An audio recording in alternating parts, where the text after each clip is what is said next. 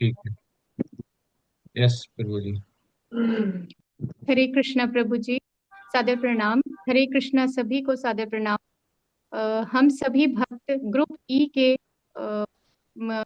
ई के प्रेजेंटेशन शुरू करेंगे प्रभु जी। हमारा प्रस्तुतिकरण संख्या है 8।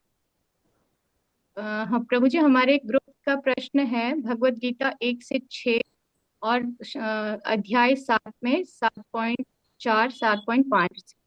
सबसे पहले मैं स्वागतम माता जी को आमंत्रित करूंगी कि वो मंगलाचरण शुरू करें। हरे कृष्णा। हरे कृष्ण प्रभु जी। हरे कृष्ण माता जी। सभी वैष्णवों को मेरा दंडवत प्रणाम। ओम नमः भगवते वासुदेवाय। ओम नमो भगवते वासुदेवाय। ओम नमो भगवते वासुदेवाय। ओम अज्ञानतिमिरान्धस्य ज्ञानाञ्जनशलाकया चक्षुरुन्मिलितं येन तस्मै श्रीगुरवे नमः। श्रीचैतन्यमनोभीष्टं स्थापितं येन भूतले स्वयं रूपः कदा मह्यं ददाति स्वपदान्तिकं। वन्दे अहं श्रीगुरुं श्रीयुतपदकमलं श्रीगुरुं वैष्णवाश्च श्रीरूपं साग्रजातं सहगण रघुनाथ नित्यं तं सजीवं साद्वैतं सावधूतं परिजनसहितं कृष्णचैतन्यदेवं श्रीराधा कृष्णपादान् सहगण ललिता श्रीविशाखान्विताश्च। नमो ॐ विष्णुपादाय कृष्णकृष्णाय भूतले श्रीमते भक्तिवेदान्त स्वामिनि इति नामिने।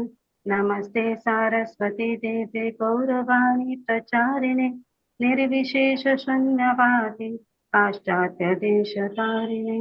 वाञ्छाकल्पतरुभ्यश्च कृपा सिन्धुभ्य एव च पतितानां पावनेभ्यो वैष्णवेभ्यो नमो नमो। नमो महापदानाय कृष्ण प्रेम प्रदायते कृष्णाय कृष्ण चैतन्य नामिने गौरकृषे नमः।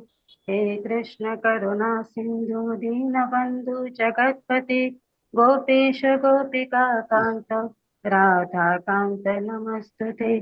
तप्त कांचन गौरांगी राधे वृंदावनेश्वरी वृषभानुसुते देवी प्रणमामि हरिप्रिये। ॐ वृन्दाय तुलसीदेव्याय प्रियाय केशवस्य च विष्णुभक्तिप्रदे देवी सत्यवते नमो नमः।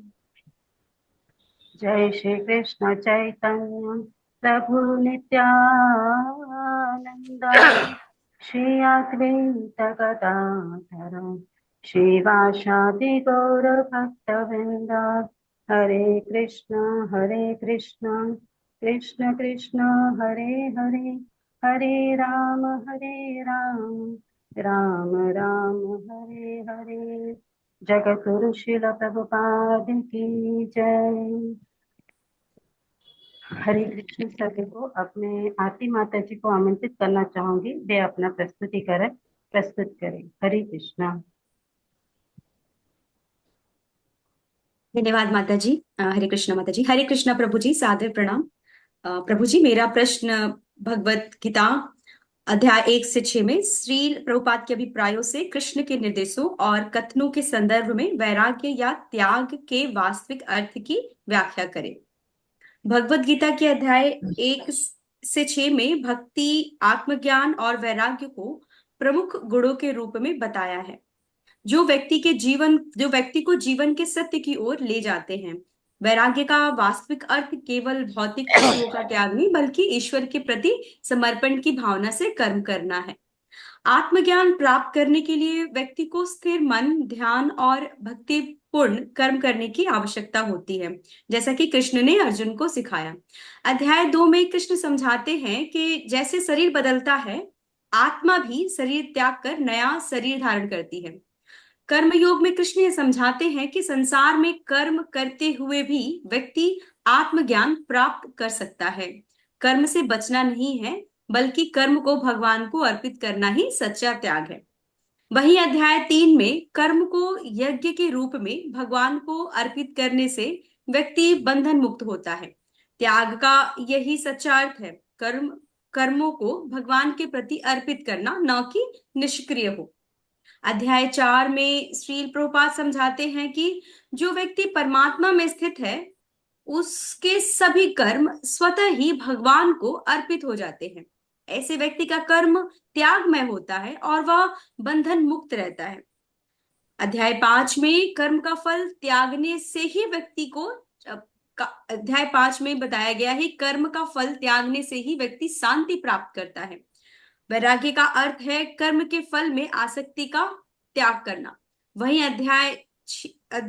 वही ध्यान योग में आत्मनियंत्रण, संयम और मन की स्थिरता पर बल दिया गया है। आत्मज्ञान के लिए ध्यान, वैराग्य और भक्ति का संतुलन आवश्यक है। आत्मा ही मित्र और शत्रु है।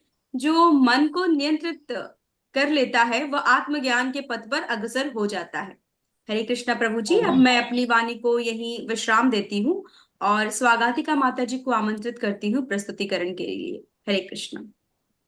धन्यवाद माता जी। हरे कृष्ण प्रभु जी, सादर प्रणाम सभी को।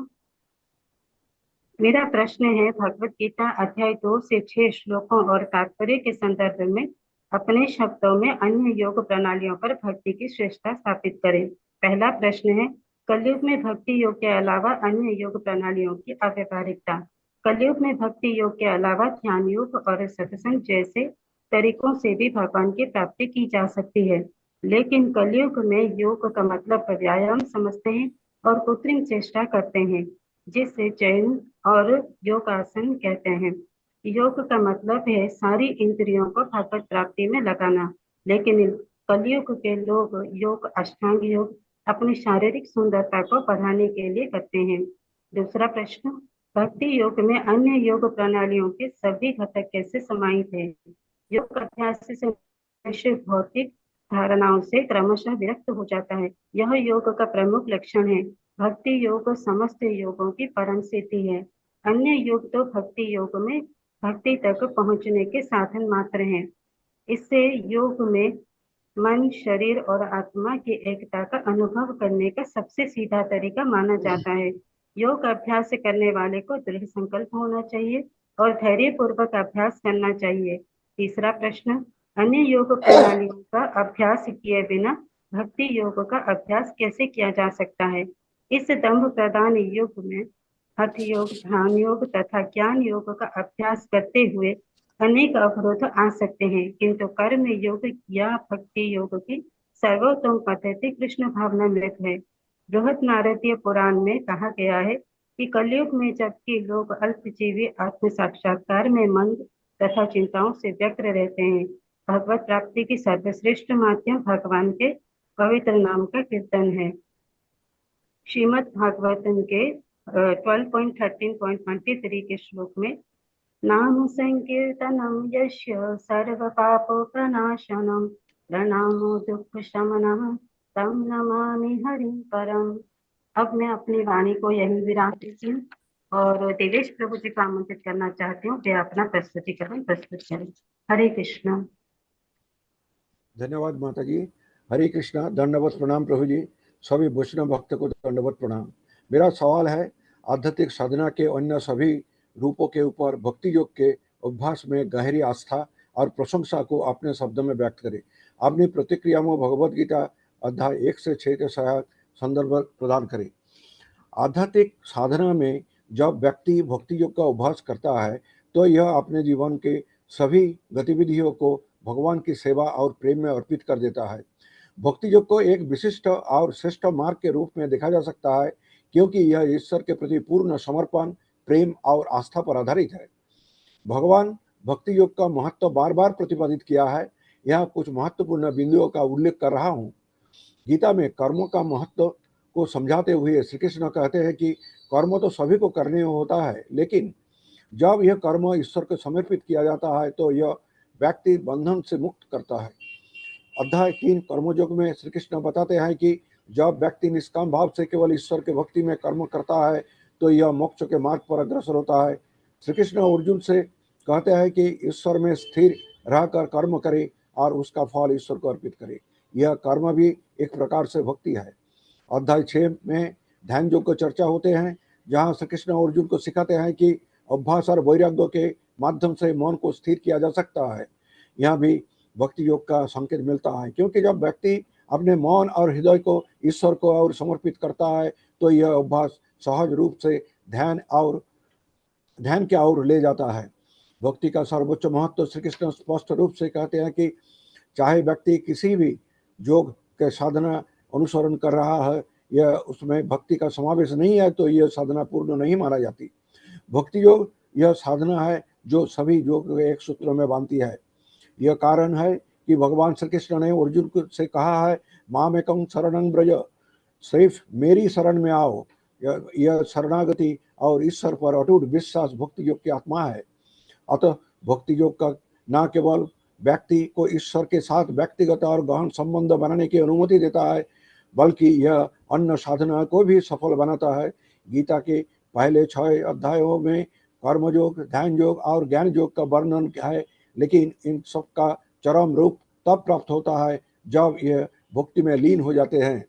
भक्ति योग की प्रशंसा में कहा जा सकता है कि यह आत्मा के सबसे सरल और गहरी साधना है, क्योंकि इसमें व्यक्ति का अहंकार विलीन होकर प्रेम और समर्पण में बदल जाता है। अब मैं अपनी वाणी को विराम देता हूँ। धन्यवाद प्रभु जी। अब मैं ओम प्रकाश प्रभु जी को आग्रह करता हूँ अपना प्रेजेंटेशन के लिए। हरे कृष्णा। धन्यवाद देवेश प्रभु जी। हरे कृष्णा प्रभु जी, दंडवत प्रणाम। सभी वैष्णव भक्तों को मेरा दंडवत प्रणाम। मेरा प्रश्न है, भगवत गीता की प्रतिभा है, यह वास्तविक जीवन की स्थिति लेती हैं, दार्शनिक रूप से इसकी जांच करती हैं और फिर एक सार्वभौमिक समाधान प्रस्तुत करती हैं। भगवत गीता अध्याय 1 से 6 के संदर्भ में इस टिप्पणी का विस्तार करें। कुरुक्षेत्र के युद्ध भूमि में सेनाओं और अपने परिजनों को देख करके अर्जुन का हृदय करुणा से भर गया और अपने कर्तव्यों से विमुख हो जाता है। भगवान दूसरे अध्याय में अर्जुन को आत्मा का ज्ञान देते हैं कि आत्मा अमर है और सिर्फ ये शरीर नश्वर है। मनुष्य का कर्तव्य है कि वह अपने कर्मों को निष्काम भाव से करे, बिना फल की इच्छा न करे। यहाँ भगवान हमें अर्जुन के माध्यम से कर्म योग का सिद्धांत समझाते हैं, जहाँ कर्म करना महत्वपूर्ण है परंतु फल की चिंता नहीं करनी चाहिए। श्लोक 2.47 में भगवान कहते हैं, कर्मणि के वाधिकारस्तु मा फलेषु कदाचन मां कर्म फल हेतु गुरुमाते संगो अस्वस्थ कर्मणि। भगवत गीता का 3रा अध्याय मनुष्य को निर्देश देता है कि वह अपने आप को भगवान का शाश्वत सेवक समझकर कृष्ण भावना में कर्म करे। भौतिक जीवन में मनुष्य काम क्रोध जैसे भावनाओं से ग्रसित रहता है, किंतु कृष्ण भावनामृत की शक्ति से मनुष्य अपनी इंद्रियों, मन तथा बुद्धि पर नियंत्रण कर सकता है। भगवत गीता का 4था अध्याय में भगवान दिव्य ज्ञान की बातें करते हैं। यह दिव्य ज्ञान आध्यात्मिक ज्ञान है। यहाँ श्री कृष्ण बताते हैं कि वे समय समय में धर्म की स्थापना करने के लिए अवतार लेते हैं। यह ज्ञान भक्ति का परिपक्व फल है, अर्थात सबसे मीठा फल है। भगवत गीता का 5वां अध्याय शांति सूत्र का ज्ञान देता है कि भगवान परम भोक्ता हैं, इसलिए मनुष्य को प्रत्येक वस्तु भगवान की दिव्य सेवा में अर्पित करना चाहिए। यही कृष्ण भावना भावित कर्म है। भगवत गीता का 6वां अध्याय में भगवान ध्यान योग का ज्ञान देते हैं कि कैसे जीव अपने इंद्रियों को नियंत्रण करके आत्मा साक्षात्कार प्राप्त कर सकता है, अर्थात कृष्ण भावना भावित हो सकता है। अब मैं अपनी वाणी को विराम देता हूँ। धन्यवाद प्रभु जी। अब मैं पुष्पा माता जी को आमंत्रित करता हूँ कि अपने प्रस्तुत कर्म करे। हरे कृष्णा प्रभु जी, दंडवत प्रणाम। धन्यवाद ओम प्रकाश प्रभु जी। हरे कृष्णा प्रभु जी, सादर प्रणाम। सभी को सादर प्रणाम। प्रभु जी, मेरा प्रश्न भगवत गीता के अध्याय 1 से 6 के छंदों और अभिप्रायों से सामग्री का चयन करें और उन्हें दर्शकों के सामने प्रस्तुत करें। कृष्ण चेतना के लिए नया, एक तरह से वे इसके कालातीत ज्ञान की सराहना कर सकते हैं। भगवत गीता के अध्याय 1 से 6 में कृष्ण चेतना का गहरा ज्ञान समाहित है, जो मानव जीवन के विभिन्न पहलुओं को स्पष्ट करता है। आइए इसे सरल और प्रभावी रूप से समझते हैं ताकि नए लोग इसकी कालातीतता को समझ सके। हम पहले अध्याय में देखते हैं कि अर्जुन अपने सगे संबंधियों को युद्ध भूमि में देखकर किस प्रकार असमंजस्य में पड़ जाता है, जिससे उसे मोह और शोक होता है।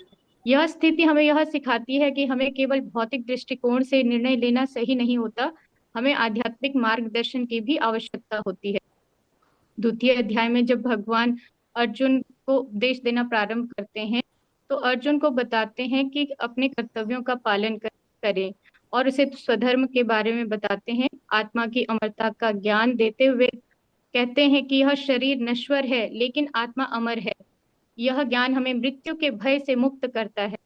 अध्याय 3 भगवान कर्मों की व्याख्या करते हुए कहते हैं कि व्यक्ति को निष्काम भाव से अपने धर्म का पालन करना चाहिए। हमें अपने कर्तव्यों का पालन करते हुए सांसारिक आसक्तियों से मुक्त रहना चाहिए, क्योंकि यही आसक्तियां हमारे दुखों का कारण होती हैं। चौथे अध्याय में वे ज्ञान और कर्म के बीच संबंध समझाते हैं और बताते हैं कि ज्ञान प्राप्त करके ही कर्म को सही दिशा में किया जा सकता है। पांचवें अध्याय में वे कर्म योग और कर्म संन्यास के बीच का भेद स्पष्ट करते हैं और कर्म योग को श्रेष्ठ बताते हैं। छठे अध्याय में ध्यान योग की महत्ता बताते हुए कृष्ण कहते हैं कि ध्यान के माध्यम से मन को नियंत्रित कर व्यक्ति सांसारिक आसक्तियों से मुक्त होकर आत्म साक्षात्कार कर सकता है। भगवत गीता में कर्म, ज्ञान और ध्यान का महत्व स्पष्ट रूप से बताया गया है।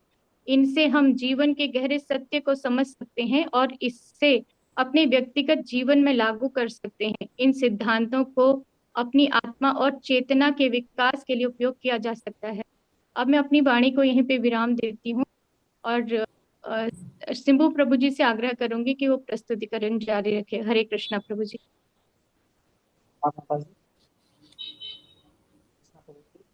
सभी वैष्णव, मेरा प्रश्न है कृष्ण की 8 भौतिक स्रोत और सूक्ष्म शक्तियों की सूची। मेरा प्रश्न अध्याय के चौथे श्लोक से है। इस श्लोक में कृष्ण को इस जगत का आदि कारण मानते हैं। भगवान की अलग अलग शक्तियां इस भौतिक जगत की घटक हैं। यह भौतिक जगत भगवान की शक्तियों में से बहिरंगा शक्ति की अपरा शक्ति का क्षणिक प्राकट्य है। भौतिक शक्ति 8 प्रधान रूपों में व्यक्त होती है। इनमें प्रथम है जिनसे हमारा शरीर बना है। पृथ्वी, जल, अग्नि, वायु तथा आकाश है। हम 3 तत्व मन, बुद्धि, अहंकार है। भगवान की जगत के 24 तत्व, 5 महाभूतों से संबंधित 5 इंद्रिय विषय हैं। शब्द, स्पर्श, रस, तत्व, सब 5 ज्ञानेंद्रिया, नेत्र, कान, नाक, जीव तथा त्वचा, और 5 कर्मेंद्रिया, वाक, हस्त, पाद, वस्त्र, वायु है। 3 गुणों की अव्यक्त अवस्था चित्त को मिलाने पर 24 तत्व पूर्ण होते हैं। सामान्य रूप से जो व्यक्ति कृष्ण भगवान को नहीं जानता वह यह मान लेता है कि यह संसार जीवों के भोग के लिए है। इसी मोह के कारण तथा अपनी कभी खत्म न होने वाली आदत के कारण जीव भव सागर में पड़ा रहता है। इसलिए मनुष्य को चाहिए कि कृष्ण भगवान के प्रति समर्पित होकर उनकी भक्ति करें। यही बात इसी अध्याय के 14वें श्लोक में कही गई है। देवी होसा गुणमयी मम माया दुरत्यया मामे वे प्रपद्यन्ते माया मेताम तरन्ति ते। इस माया के बंधन से मुक्त होने का एकमात्र साधन भगवान की शरण ग्रहण करना है। अब मैं अपनी वाणी को विराम देता हूँ। धन्यवाद प्रभु जी। अब मैं बीना माता जी को आमंत्रित करता हूँ कि वे अपने विषय को प्रस्तुत करें। हरे कृष्णा प्रभु जी। धन्यवाद सिंबू प्रभु जी। हरे कृष्णा प्रभु जी। प्रभु जी, बीना माता जी किसी कारणवश अपना प्रस्तुतिकरण आज नहीं दे पाएंगी। उनकी प्रस्तुतिकरण मैं शुरू कर रही हूँ प्रभु जी। प्रभु जी, माता जी का प्रश्न है, परा और अपरा प्रकृति शब्दों का अर्थ दीजिए। भगवत गीता 7.5। भगवान की 2 शक्तियां इस भौतिक जगत में कार्य कर रही हैं, पराशक्ति और अपराशक्ति। अपराशक्ति का अर्थ है 8 प्रकार के भौतिक तत्व, जिसे 2 प्रकार में बांटा गया है। स्थूल, जिसके अंतर्गत पृथ्वी, जल, अग्नि, वायु और आकाश आते हैं। दूसरा है सूक्ष्म, जिसके अंतर्गत मन, बुद्धि तथा अहंकार आते हैं। ये सारे तत्व घटते क्रम में हैं, जैसे पृथ्वी से सूक्ष्म जल है, जल से सूक्ष्म अग्नि, अग्नि से सूक्ष्म वायु, वायु से सूक्ष्म आकाश, आकाश से सूक्ष्म बुद्धि, बुद्धि से सूक्ष्म मन है। मन इतना सूक्ष्म और शक्तिशाली है कि एक पल में वह पूरी दुनिया का भ्रमण कर सकता है।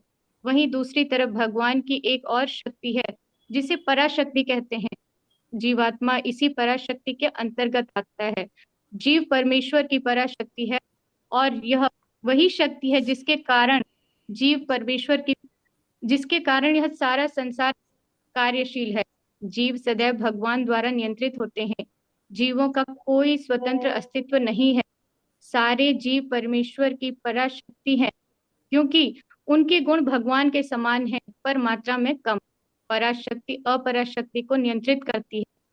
अपराशक्ति यानी पदार्थ की अपनी कोई शक्ति नहीं होती। जैसे एक कार बिना ड्राइवर के चल नहीं सकती, यहाँ पर कार अपराशक्ति है और ड्राइवर पराशक्ति। जीव अपराशक्ति का उपभोग करते हुए अपने आप को श्रेष्ठ मानने लगता है और माया के प्रभाव में आ जाता है। माया के प्रभाव में आते ही उसमें अहंकार का जन्म होता है और वह अपने आप को हर वस्तु का मालिक समझने लगता है। जीव यह सोचता है कि ये सारी भौतिक जगत को वो चला रहा है, लेकिन असल में भगवान इस सृष्टि को चला रहे हैं, क्योंकि जीव का नियंत्रण भगवान के हाथों में है।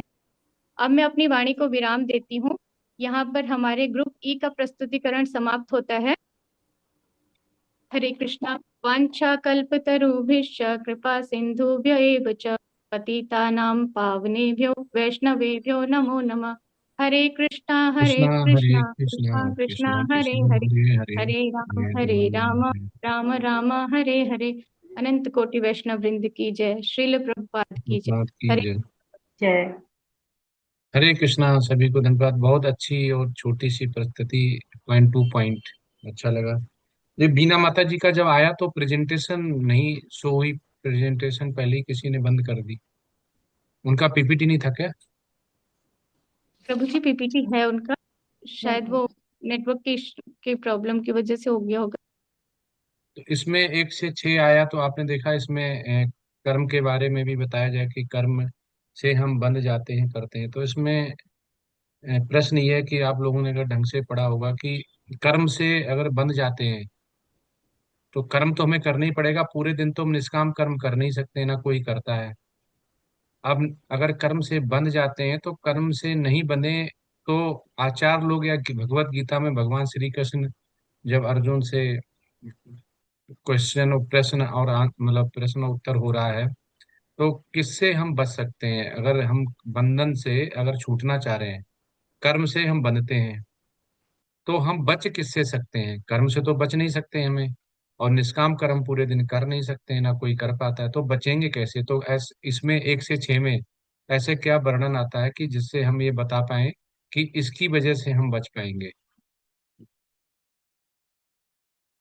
तो प्रभु जी पहला मैं दूसरा प्रयास प्रश्न, दूसरा प्रश्न इसी में ये आता है कि भगवान ने जब बता दिया कि अ, आत्मा का शरीर कौन है, ब्रह्म का ज्ञान दे दिया, ठीक, और कृपा बता दी, सब कुछ बता दिया, तो आत्मज्ञान दे दिया। जब आत्मज्ञान को दे दिया तो भगवान फिर ये कर्म की बात क्यों कर रहे हैं, निष्काम कर्म की बात क्यों कर रहे हैं, पूरा भक्ति योग की बात क्यों कर रहे हैं, जब उन्होंने बता दिया कि आत्मज्ञान क्या है, कि आत्मा और शरीर अलग है, आत्मा को हमने जान लिया, दोनों का भगवान से संबंध क्या है। तो अगर ये समझ लिया तो उसकी फिर भगवान ने इतना डिटेल में क्यों बताया? जब हमें बता दिया निष्काम कर्म करेंगे तो भगवान के लिए काम करेंगे, भगवान ने आत्म का ज्ञान भी दे दिया, तो आत्म के ज्ञान को कैसे काटेंगे? और भगवान ने इसमें 1 से 6 में ऐसे क्या क्या प्रश्न पूछने पे आंसर दिए जिससे दो चीजें हमें समझ में आए कि अगर कर्म कर्म से बंधते हैं तो कर्म से बंधने पे हम कैसे, क्या चीज वो है जिससे हम छूट सकते हैं कर्म के बाद, कर्म से अगर बचना है। और पहला है, भगवान ने अगर आत्मज्ञान दे दिया तो उन्होंने निष्काम फिर ज्ञान क्यों बताया? हरे कृष्ण। ये दो प्रश्न है, बहुत सिंपल है।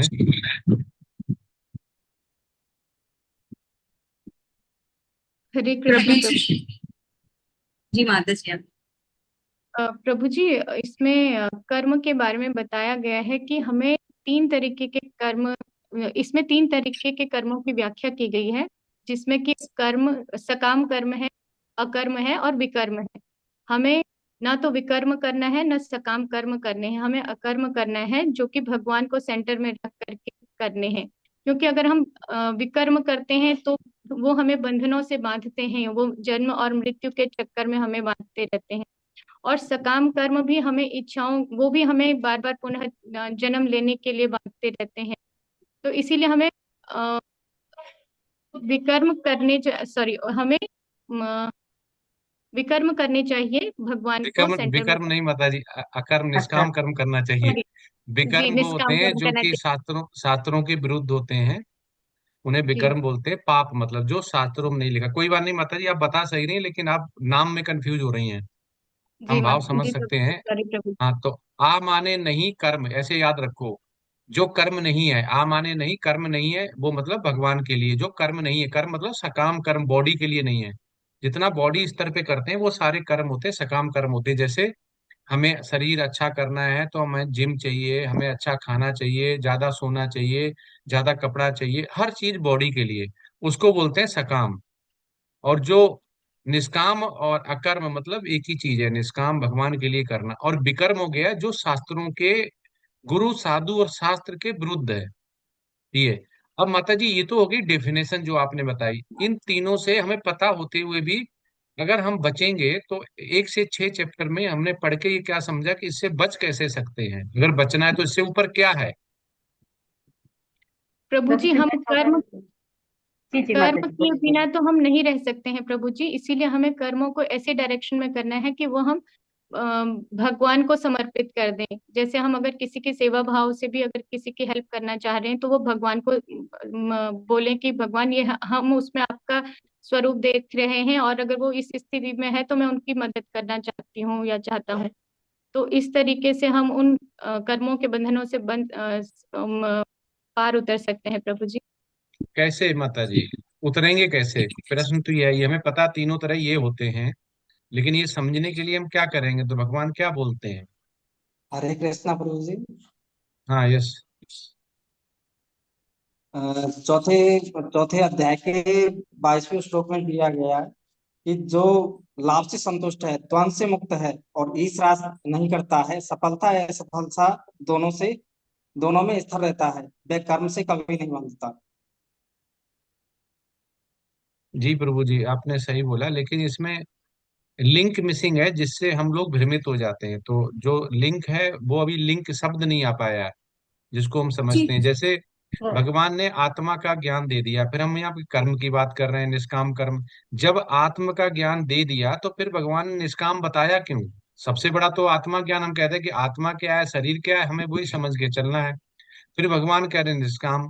तो आत्मा का ज्ञान कैसे फिर हमें पता चलेगा भगवान के द्वारा, जब उन्होंने हमें बता दिया कि आत्मा का ज्ञान ये है, जैसे आत्मज्ञान बोलते हैं। तो अर्जुन को आत्म का ज्ञान हो गया, फिर भी भगवान ने बोला कि अब तुम निष्काम कर्म का लो। तो ऐसा क्यों, उसको समझना है। ये दोनों चीजें इंटरलिंक हैं कि कर्म से भाई बनते हैं, देखो कर्म से बनते हैं, तो कर्म से नहीं बने उसके लिए करना क्या है।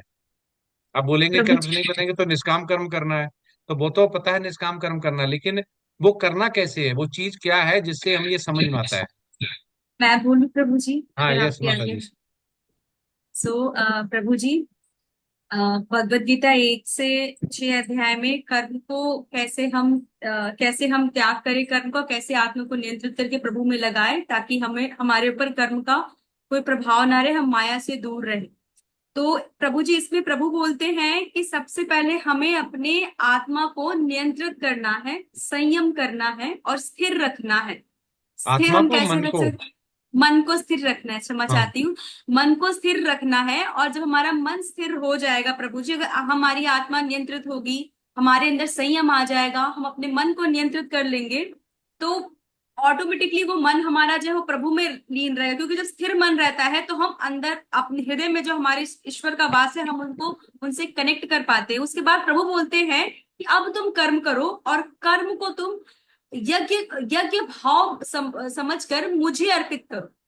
यज्ञ के रूप में कर्म को मुझे अर्पित करते जाओ, तुम इस तरीके से हर प्रकार से बंधन से मुक्त हो जाओगे। तो ये अध्याय 6 और 3 में प्रभु इसको बहुत अच्छे तरीके से एक्सप्लेन करते हैं। अध्याय 6 में प्रभु बोलते हैं कि कैसे नियंत्रित करना है, मन को स्थिर करना है। और अध्याय 3 में बोलते हैं प्रभु कि हमें अपने हर कर्म को यज्ञ के रूप में समझ के प्रभु को अर्पित कर देना है। तो प्रभु जी ये मैं समझ पा रही हूँ, जो मेरी समझ इसका है। अगली प्रेजेंटेशन देखते हैं, अगर वो सेम ही हुई 1 से 6 में तो डिस्कस वहीं पे करेंगे। तो इसमें आचार्य लोग एक बड़ी अच्छी स्टोरी बताते हैं इसी भगवान से लगी हुई। ठीक है।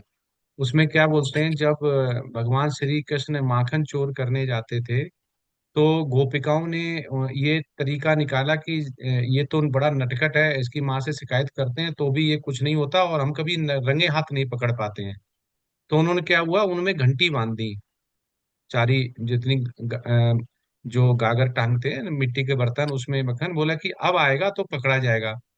तो वो तो भगवान श्री कृष्ण थे, ठीक है। तो भगवान श्री कृष्ण थे तो घंटी तो भगवान की मानेंगे, तो वो भगवान श्री कृष्ण गए तो वो घंटियां चुप हो गई, ठीक है। लेकिन जैसे ही भगवान श्री कृष्ण ने उसमें हाथ डाला वैसे ही बजने लगी। वो चक्कर में पड़ गए उन्हें, मैं तो, वो तो जानती थे मैं क्या हूँ। बोला कि ये ऐसा कैसे हो सकता, मैंने तो आदेश होना चाहिए। तो उन्होंने पूछा कि ये तो मरवा दिया, वो पकड़े गए, उन्होंने पकड़ लिया, को रंगे हाथ पकड़ लिया, उनको घंटी बांधी इसलिए। बोला कि अभी तो चुप थी, ऐसा क्या हो गया। तो उनकी माता से शिकायत कर दी। फिर भगवान श्री कृष्ण ने उनसे पूछा कि घंटियों से ऐसा क्या हुआ कि पहले चुप थी एकदम बजने लगी। बोला कि देखो, मुझे सिंपल ये पता है कि हमने सुना है और आपका आदेश है, शास्त्र ये कहते हैं कि भगवान को जब भी भोग लगा है जब घंटी बजनी चाहिए। तो मेरा ये नियति थी, मुझे ये आदेश था, मेरा जो स्वरूप है आत्मज्ञान है, वो मुझे करना था। तो मेरा काम था कि आपको भोग लगाया जा रहा है, आप जब तक नहीं खाए तब तक हम नहीं बजे।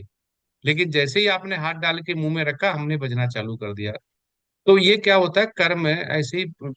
आचार्य लोग समझाते हैं कि हमारा नियत कर्म क्या है। जैसे घंटी का नियत कर्म क्या है, भगवान का भोग लग रहा है तो उसका बजना है। ऐसे ही हमारा नियत कर्म का क्या है, भजना है, भजना, ठीक है। अब प्रभुपाद या आचार्य लोग क्या बोलते हैं, मैंने सुना है ढंग से, इस्कॉन, ठीक है। तो इस्कॉन की परिभाषा पता क्या है हाँ आज जी के प्रभु डेट में, जी, मैं बोल क्या है? जी प्रभु जी, वो जो एक्सप्लेन करते हैं international society of Krishna consciousness, यही वाला ना प्रभु जी? नहीं, आज ये तो है। आज परिभाषा क्या होगी, इस कान मतलब इस कान से सुनो, इस कान से निकाल दो। तो आज आचार्य लोग इस नौबत पे आ गए हैं कि वो कहते हैं कि जो भक्त हैं वो इस कान की परिभाषा कैसे समझ रहे हैं, उसको साबित कर रहे हैं कि इस कान से सुनो, इस कान मतलब वो कह रहे हैं इस कान का मतलब है इस कान से सुनो, इस कान से निकाल दो।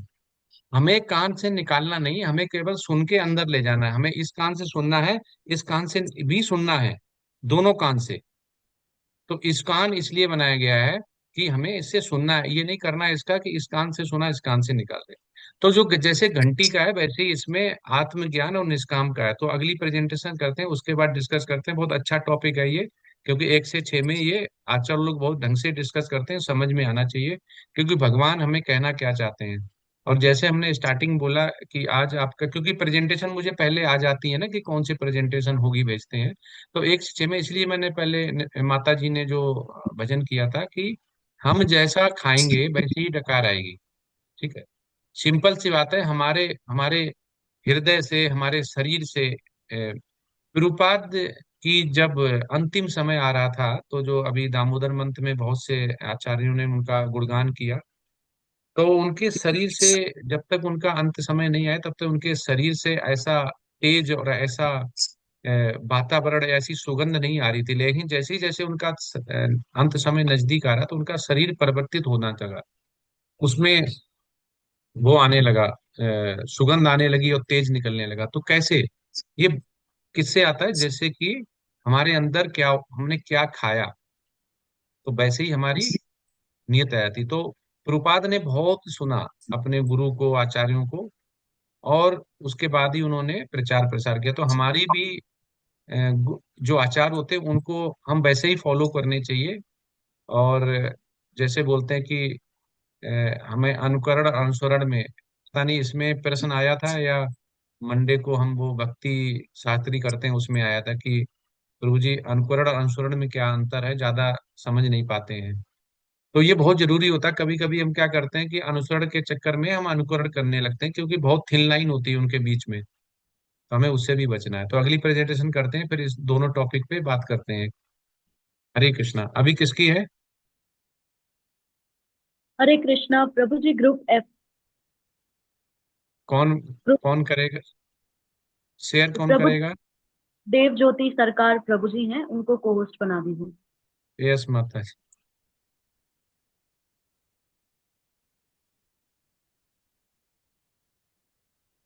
बना दिया। जी।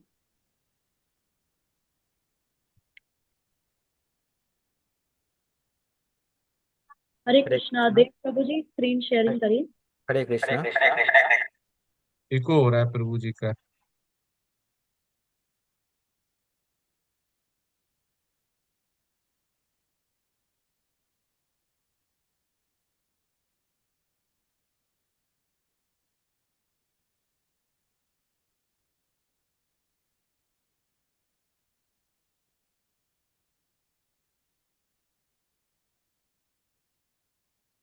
हरे कृष्णा। अनीता माता जी प्रेजेंटेशन स्टार्ट करें। हरे कृष्ण माता जी, आवाज आ रही है? जी माता जी। ओम हरे नमो कृष्णा। हाँ, यस यस। हरे कृष्णा। ओम नमो भगवते वासुदेवाय। ओम नमो भगवते वासुदेवाय।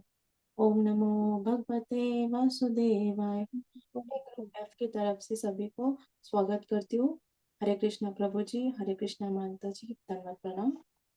मेरा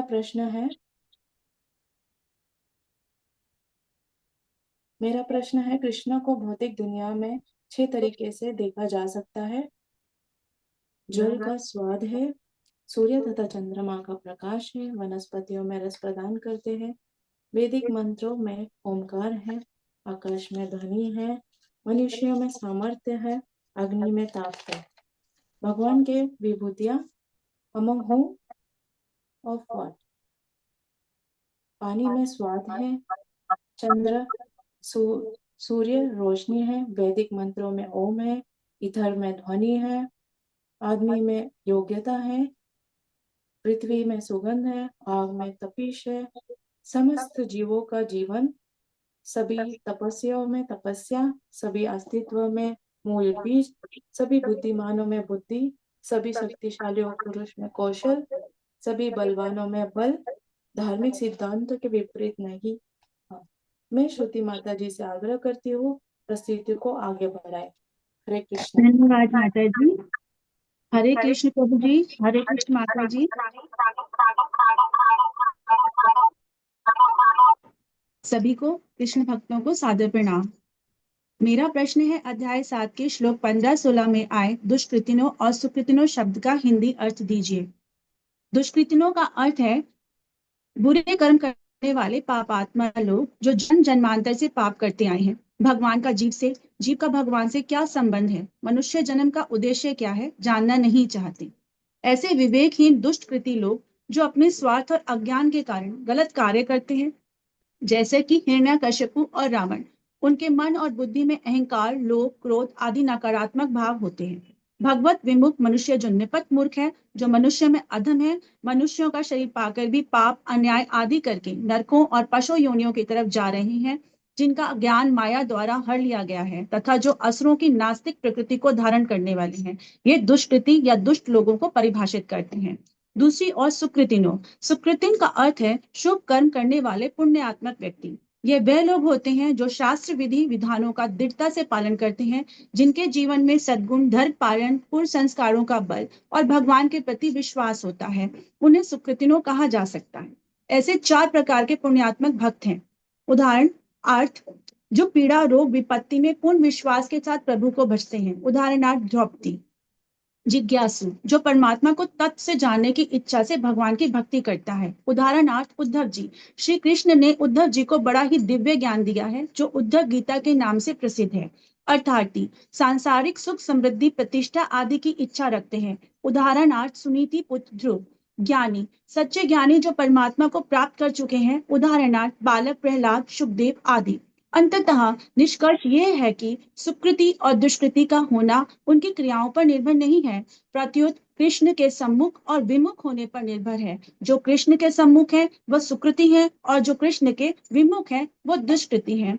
हरे कृष्ण। मैं अपनी वाणी को यहाँ विराम देती हूँ और आरती माता जी से अनुनय विनय करती हूँ कि वे प्रस्तुतिकरण को आगे बढ़ाएं। हरे कृष्ण।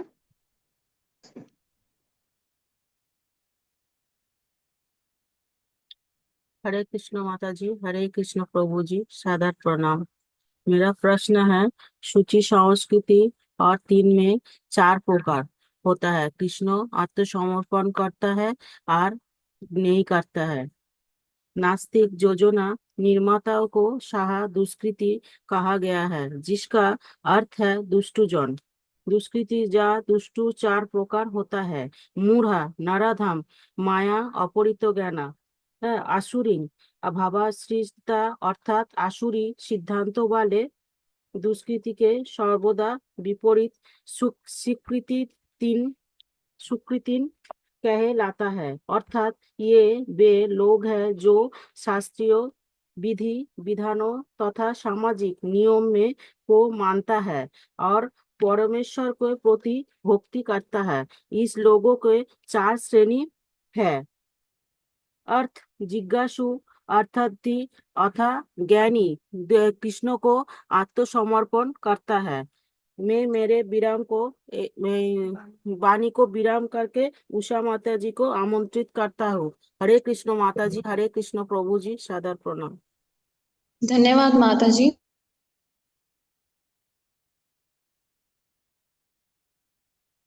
लेने वालों में सबसे प्रिय कौन है? अध्याय 7 श्लोक नंबर 17। तेषां ज्ञाने नित्ययुक्तम् एक भक्ति विशिष्यते प्रियो हि ज्ञानिनोत्यर्थमहं स च मम प्रियः। 4 प्रकार की पुण्यात्माएं ईश्वर की सेवा करती हैं। आर्थ जिज्ञासु, अर्थार्थी तथा ज्ञानी। इनमें से जो ज्ञानी है और जो निरंतर भक्ति में लीन रहता है ईश्वर को अत्यंत प्रिय है। उदाहरण है अर्जुन। अर्जुन कृष्ण को सखा रूप में मानते थे, लेकिन युद्ध के दौरान कृष्ण के मुख से भगवत गीता सुनकर पूर्ण ज्ञान प्राप्त करते हैं, जिससे भगवान की दिव्यता का शुद्ध ज्ञान प्राप्त होता है और अंत में ईश्वर की पूर्ण शरणागति को प्राप्त करते हैं। हरे कृष्णा। मैं अपनी प्रस्तुति को यही विराम देती हूँ और राखी माता जी से आग्रह करती हूँ कि वो प्रस्तुति को आगे बढ़ाएं। हरे कृष्णा माता जी। धन्यवाद माता जी। हरे कृष्णा प्रभु जी, हरे कृष्णा सभी भक्तों को। मेरा आज का प्रश्न अध्याय 7 श्लोक नंबर 20 और श्लोक नंबर 23 से है। इसमें हृत ज्ञाना और अंतवत्तु फलम तेषाम का अर्थ बताना है। तो हृत ज्ञाना का अर्थ है जिसके ज्ञान का हरण हो चुका हो, और अंतवत्तु फलम तेषाम का अर्थ है कि जिनका फल नाशवान होता है। तो प्रभु जी, जैसा आप कहते हैं कि अपनी लैंग्वेज में बताने की कोशिश करिए, तो मैं यहाँ पर अपने लैंग्वेज में बताने की कोशिश कर रही हूँ। अगर कोई त्रुटि होगी तो मैं उसके लिए क्षमा प्रार्थी हूँ। तो मैं इससे ये समझ रही हूँ कि जैसे अध्याय 7 में भगवान ने 2 तरह की श्रेणी बताई, सुकृतिन और दुष्कृतिन। मतलब एक तो वो लोग हैं जो भगवान के शरणागत हो रहे हैं, और दूसरे वो लोग हैं जो भगवान के अस्तित्व को स्वीकार नहीं कर रहे हैं, जो नास्तिक हैं। परंतु यहाँ पर जो ये दोनों शब्द आए हैं, हृत ज्ञाना और अंतवत्तु फलम तेषाम, ये एक तीसरी प्रकार की श्रेणी आ गई जो देवताओं के शरणागत हो रहे हैं। मतलब वो ये तो समझ रहे हैं कि हमसे सुप्रीम कुछ पावर है जिसके हम शरणागत होंगे तो वो हमारे कुछ भौतिक इच्छाएं, भौतिक कर्म जो हम चाह रहे हैं उनको पूरा कर देंगे। परंतु वो भगवान के शरणागत ना होकर देवताओं के शरणागत हो रहे हैं, और एक पर्टिकुलर इच्छा के लिए एक पर्टिकुलर देव को चुन रहे हैं और उसके अनुसार कर्मकांड कर रहे हैं। तो ये जो दोनों शब्द हैं उनके लिए इस्तेमाल हुए हैं। और दूसरे उसमें लिख रहे हैं भगवान की अंतवत्तु फलम तेषाम, की उनका फल नाशवान होता है। तो इसमें मैं जो समझ रही हूँ वो ये है कि जो 2 तत्व है, विष्णु तत्व है और जीव तत्व हैं। तो जो विष्णु तत्व है केवल वही शाश्वत, नित्य और अमर होते हैं, और जितने भी जीव तत्व हैं वो सब के सब नाशवान होते हैं, अशाश्वत होते हैं। तो देवता भी हमारी तरह जीव तत्व ही हैं, और हम में और उनमें केवल क्वालिटी सेम है, केवल क्वांटिटी का अंतर है कि वो थोड़ा स्तर में ऊंचे आ गए हैं। और उन्होंने जब भगवान की भक्ति की तो उन्होंने कुछ भौतिक संसार में अपने प्रभुत्व को जमाने के लिए कुछ इच्छा कर ली, और भगवान ने उनको देवताओं के पद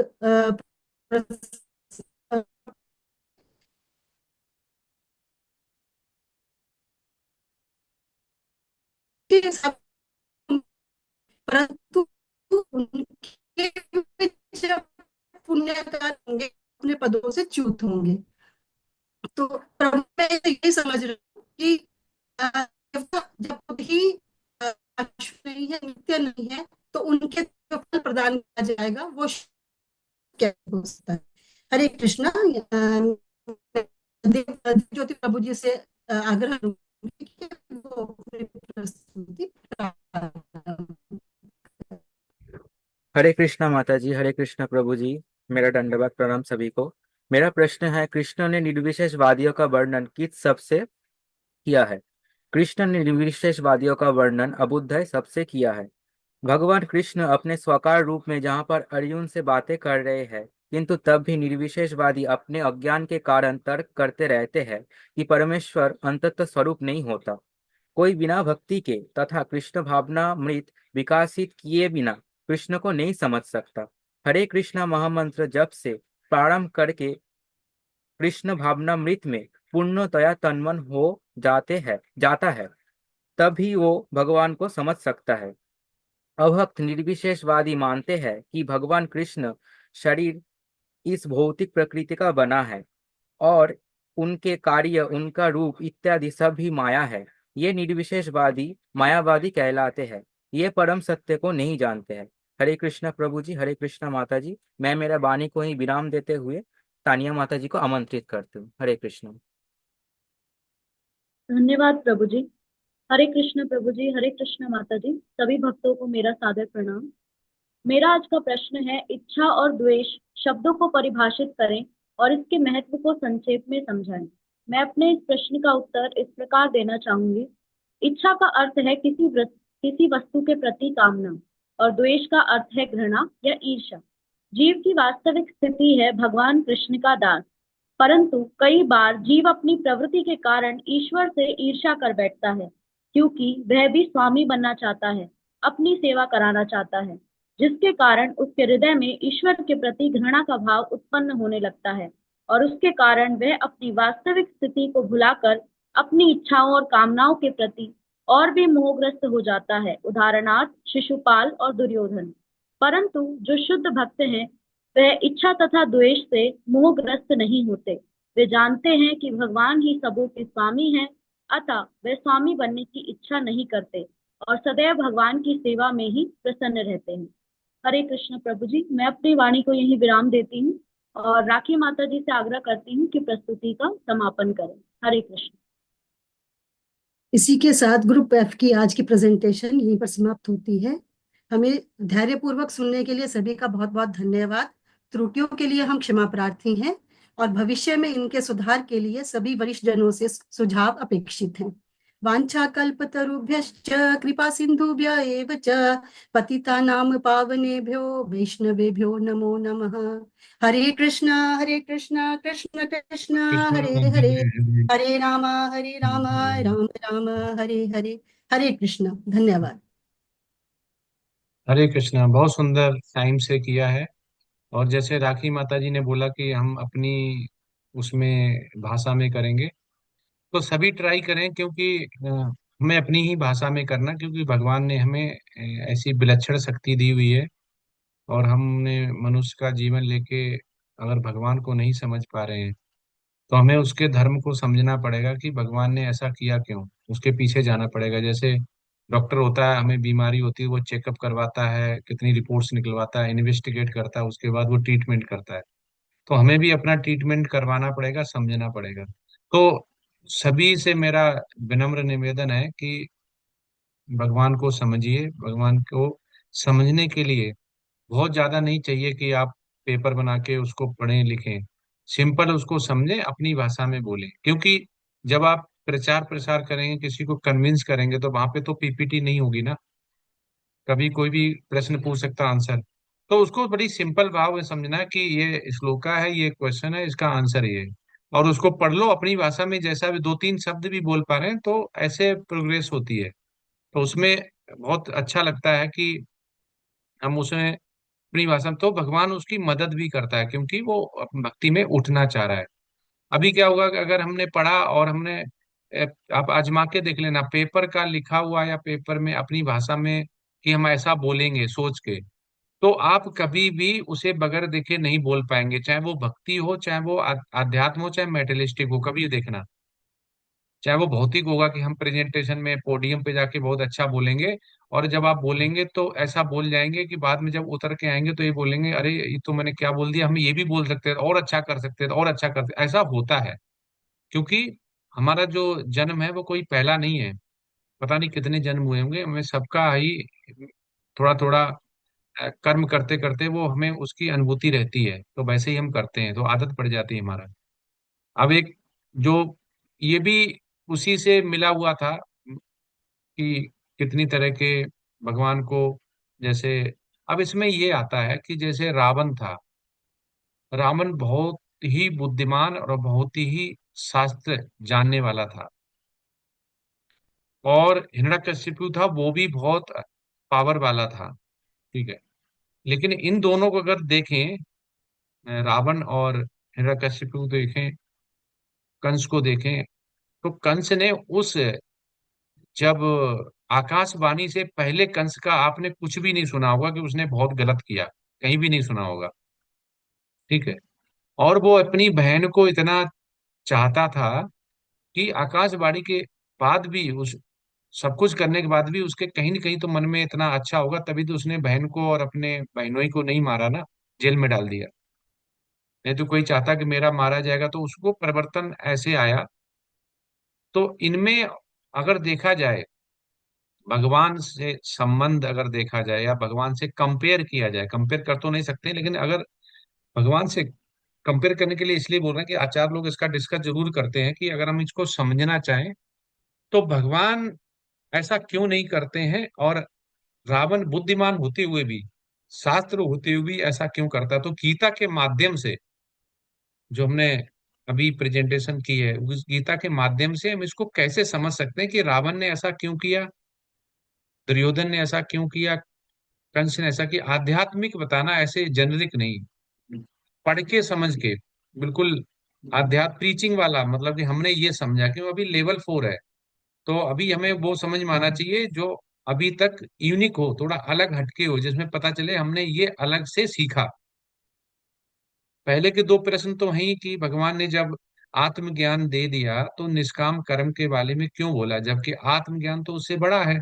क्योंकि सबसे पहले तो यही बोला जाता है कि आत्मा का ज्ञान जानो, भगवान से संबंध जानो, फिर निष्काम कर्म उसके नीचे रहता है। वो क्यों बोला है? और कर्म से बनते हैं, 1 मिनट, कौन है?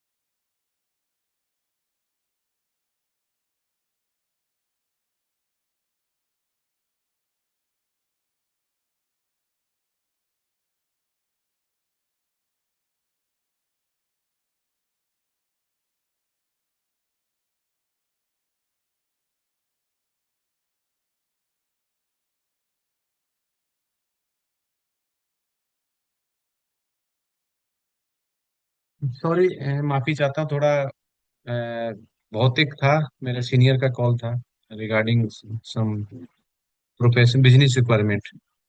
क्योंकि कर्म हो गया ना, ये भी कर्म से, सन्यासी तो है नहीं, गृहस्थ है, तो ये तो आता रहेगा। तो ठीक है, तो अभी हम यही बात कर रहे थे। तो इसमें यही प्रश्न था कि अ, हम सब पढ़ते हैं कि रावण, जब तक उनका निगेटिव नहीं आया तब तक वो बहुत अच्छे थे। चाहे कंस हो गया, चाहे रावण हो गया, चाहे हिरण्यकश्यप, उन्होंने बहुत ही तपस्या। हिरण्यकश्यप क्या सोचते, उसके पास शक्ति ऐसे ही आ गई?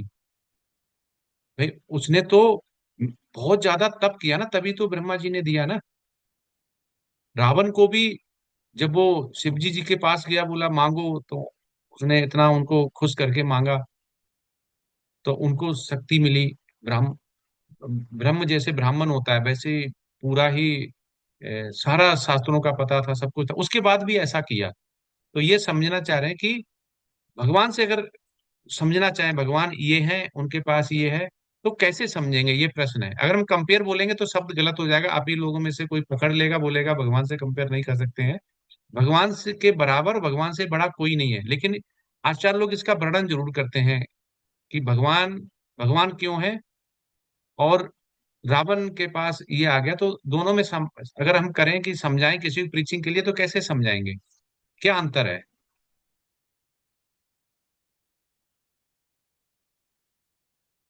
हरे कृष्णा प्रभु जी। प्रभु जी, हाँ, जो यस। मैं समझ गई हूँ वो अंतर ये है कि भगवान जो है गुणातीत है, और जो रावण है या कंस है ये गुणों में बंधे हुए हैं। जो त्रिगुण है, अगर भौतिक संसार में है और भौतिक इच्छाओं से कोई भी पूजा पाठ या किसी को प्रसन्न कर रहे हैं, तो वो कर्म के फल की इच्छा से कर रहे हैं। और क्योंकि गुणातीत नहीं है, तीन गुणों में बंधे हुए हैं, इसलिए वो उनका मतलब ये एंड हुआ। और क्योंकि भगवान गुणातीत हैं, गुणों से बंधे नहीं हैं, इसलिए मतलब ये कंपैरिजन हो गया कि गुणातीत हैं और वो तीन गुणों में बंधे हुए हैं। हाँ, इस माता जी कुछ हद तक सही है, लेकिन वो शब्द नहीं आया जिससे अभी हम लोग कन्विंस हो जाए। जैसे मैं ही भक्त हूँ, तो मैं सोचूं कि नहीं नहीं, मुझे भी कन्विंसिंग नहीं है, क्योंकि ये तो सभी जानते हैं कि भगवान गुणातीत हैं, उनके हाथ नहीं बंधे हुए हैं, वो गुणों में बंधे हैं। लेकिन वो गुणों में पहले भी था, लेकिन अगर गुण में बंधते तो शास्त्रों का ज्ञान नहीं होता, ब्राह्मण उपलब्धि नहीं होती। तो उससे पहले तो जो शास्त्र पढ़ा, जैसे हम लोग गुरु साधु शास्त्र के मार रहे हैं, तो हम अभी भी गुणों से ऊपर उठ रहे हैं, लेकिन गुणातीत तो हम लोग नहीं है। तो गुणातीत तो बहुत बड़ा शब्द हो गया भगवान के लिए। तो यही समझना है कि भगवान और उनमें ऐसा क्यों हो जाता है कि वो रावण सब कुछ जानते हुए भी ऐसा अहंकारी बन गया, और हिरण्यकशिपु ऐसा बन गया। हरे हरे कृष्णा प्रभु जी। हाँ, बोलिए इंद्रजीत प्रभु जी, बहुत दिन बाद बोले आप वैसे भी। प्रभु जी दोनों ही अभक्त थे, असुर थे, और भगवान के शरणागत नहीं थे। वो भगवान को नहीं, स्वयं को ही भगवान मानते थे। हम्म। ये और इस कारण से उनके अंदर अहंकार था, और भगवान के विरुद्ध सारे कर्म कर रहे थे। जो निहित कर्म थे वो न करते हुए शास्त्र विरुद्ध कार्य कर रहे थे।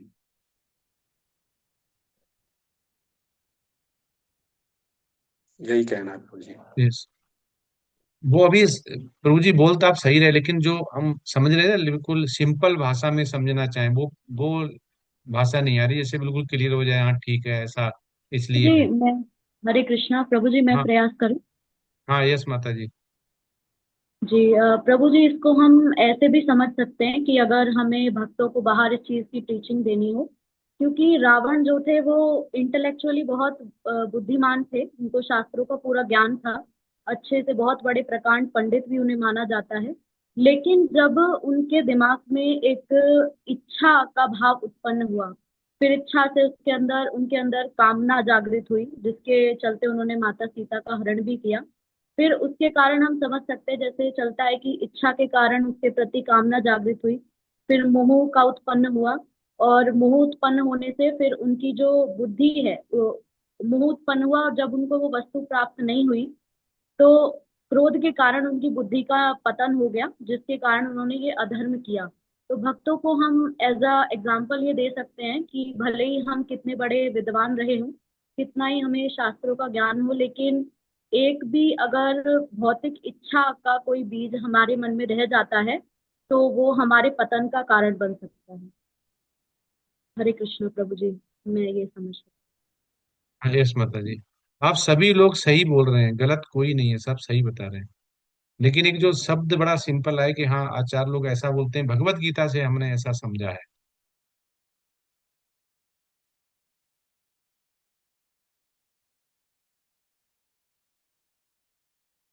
और कोई बताना चाहेंगे?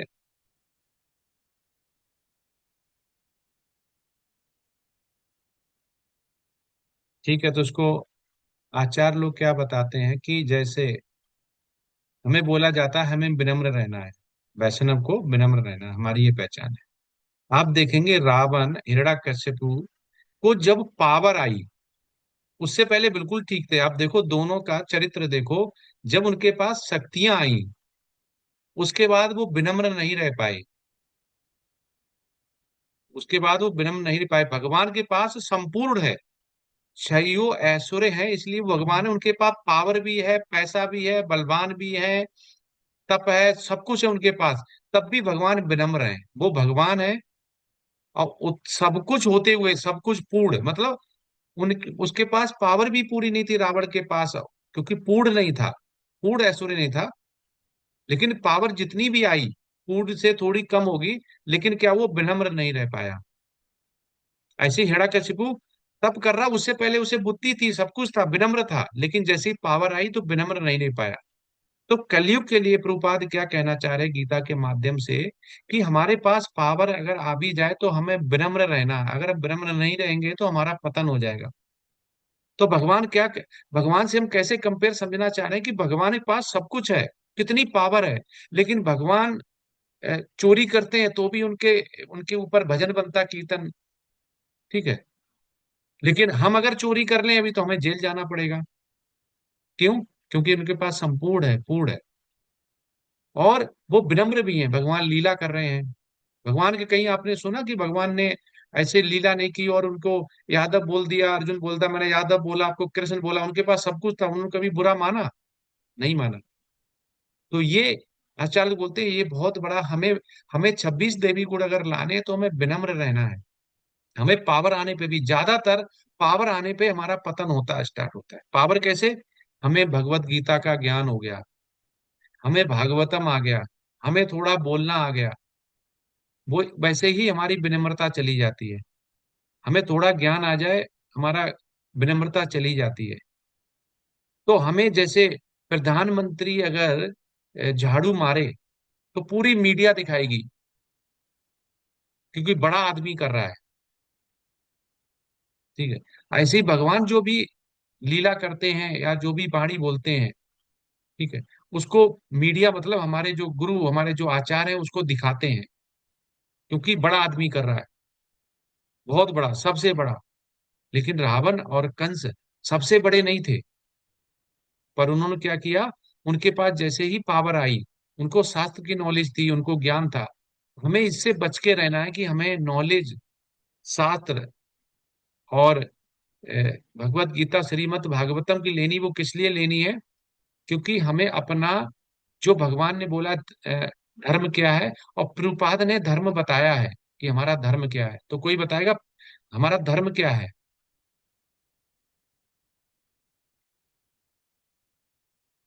हमारा धर्म क्या, मेन धर्म क्या है हमारा? हिंदू धर्म, सनातन धर्म, क्या धर्म है हमारा? हरे कृष्णा प्रभु जी।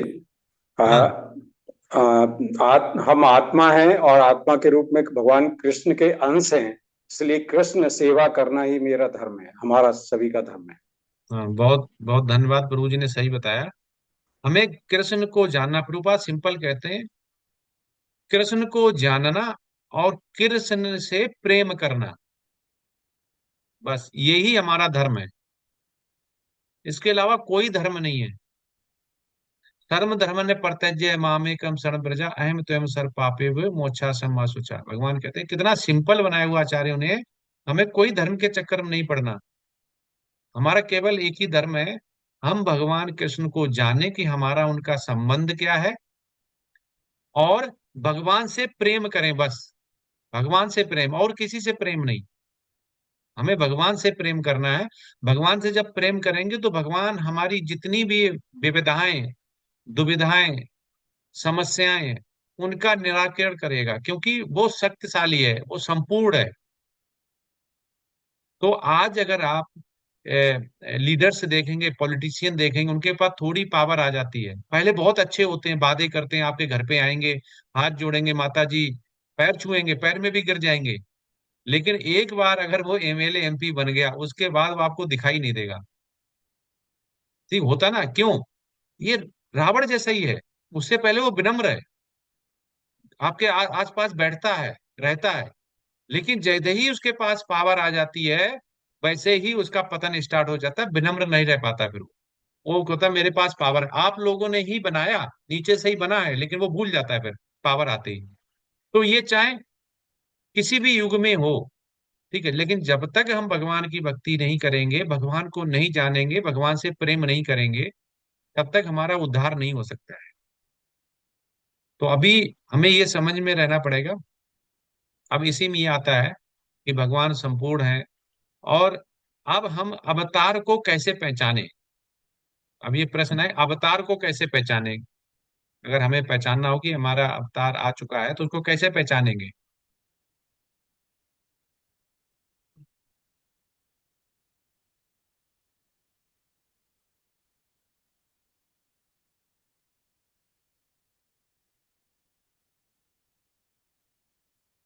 क्या पहचान है अवतार को पहचानने की।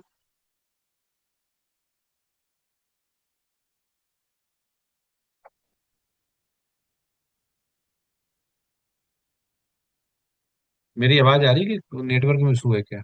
नहीं प्रभु जी, आ रही है, आ रही है। आ रही है, सारे साइलेंट हो गए ना, चुप हो, इसलिए क्या हो गया ऐसा।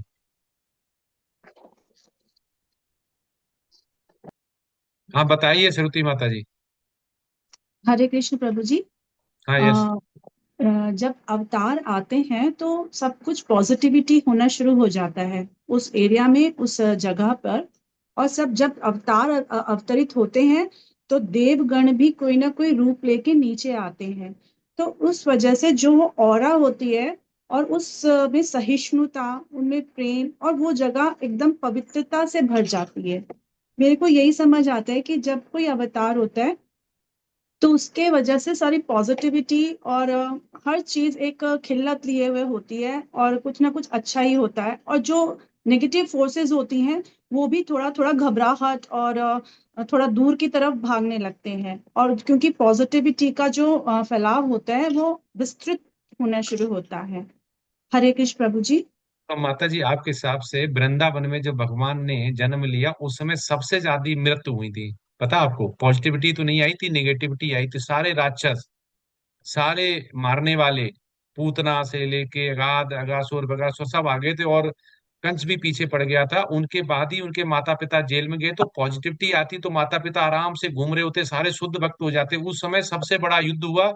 भगवान तो ऐसा, तो ये पॉजिटिविटी तो नहीं आई उस समय। अगर भगवान नहीं जन्म लेते तो कंस अपनी जगह पे होता, और उनके माता पिता अपनी जगह, आराम से सब कुछ चल रहे होते, सारे राक्षस मौज कर रहे होते, सब दुनिया रह रही होती, काहे को इतनी समस्याएं होती। उल्टा हो गया वहां, तो आपने बोला उसका उल्टा हुआ वहां पे। हम्म। भक्त तो नहीं बना कोई, और हो गया तो। मैं ये कहती हूँ कि जब कृष्ण अवतार आए थे तो वो आए ही इस वजह से थे क्योंकि जब सारे के सारे प्रबल हो गई थी नेगेटिविटी और सारे राक्षसों ने अत्याचार शुरू किया था। अवतार तभी आते हैं जब आपके ऊपर बहुत अत्यधिक अत्याचार होना शुरू होता है, अधर्म होना शुरू होता है, धर्म का नाश होना शुरू होता है, साधु संतों के ऊपर अत्याचार होता है। तब अवतार होते हैं ताकि इनका विनाश हो सके, नकारात्मकता का, राक्षसों का। नहीं हरे माता जी, वो कृष्ण तो प्रभु जी। यदा यदा ही धर्मस्य, हरे वो तो भगवान कहते हैं कि जब धर्म का नाश होगा तो अपने जो भक्त हैं उनकी रक्षा करने के लिए आएंगे। प्रश्न ये था कि अवतारी को पहचाने कैसे, अवतार के क्या लक्षण होते हैं, क्या आचार्यों ने बताया हुआ है। चलो अगली प्रेजेंटेशन तीसरी करते हैं, उसके बाद इस पे भी चर्चा करेंगे। ये इसी हरे उससे कृष्णा था, प्रभु। पीपीटी से।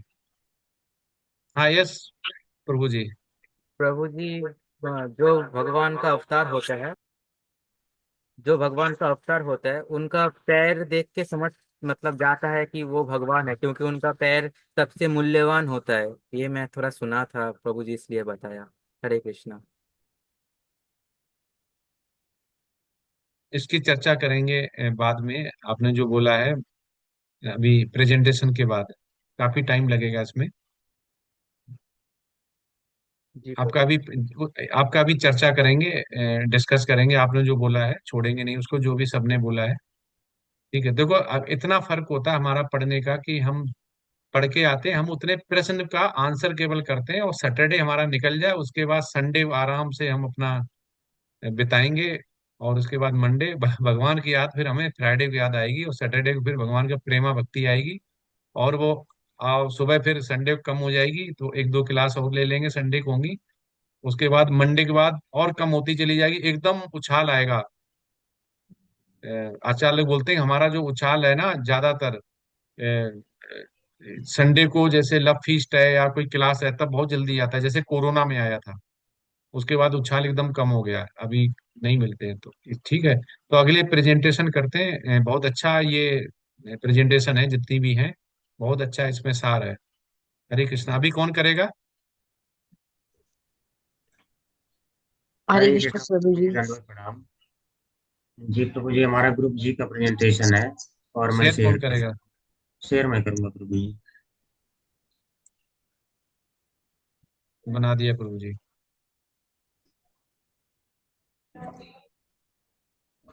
प्रभु जी पीछे बैकग्राउंड आप वैसा डाल लिया करो ना, टेम्पल वगैरह का।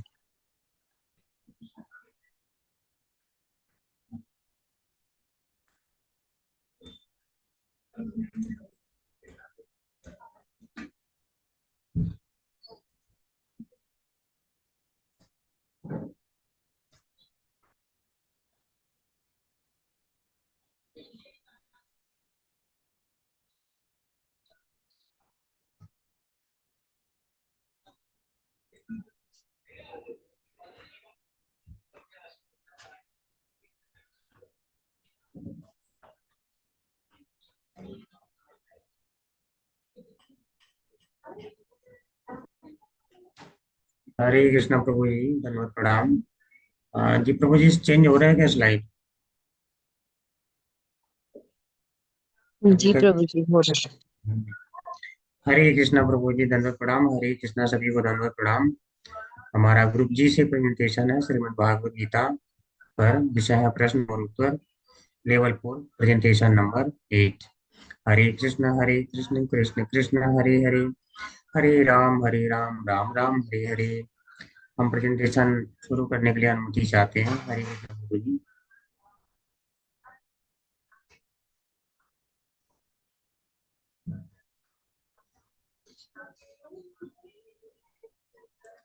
ओम नमो भगवते वासुदेवाय। ओम नमो भगवते वासुदेवाय। ओम नमो भगवते वासुदेवाय। मेरा पहला प्रश्न मेरे मुझसे ही है, और यहाँ पर प्रश्न है, अपने शब्दों में कृष्ण कथनों के संदर्भ में अध्याय 6 और 7 के बीच संबंध की व्याख्या करें।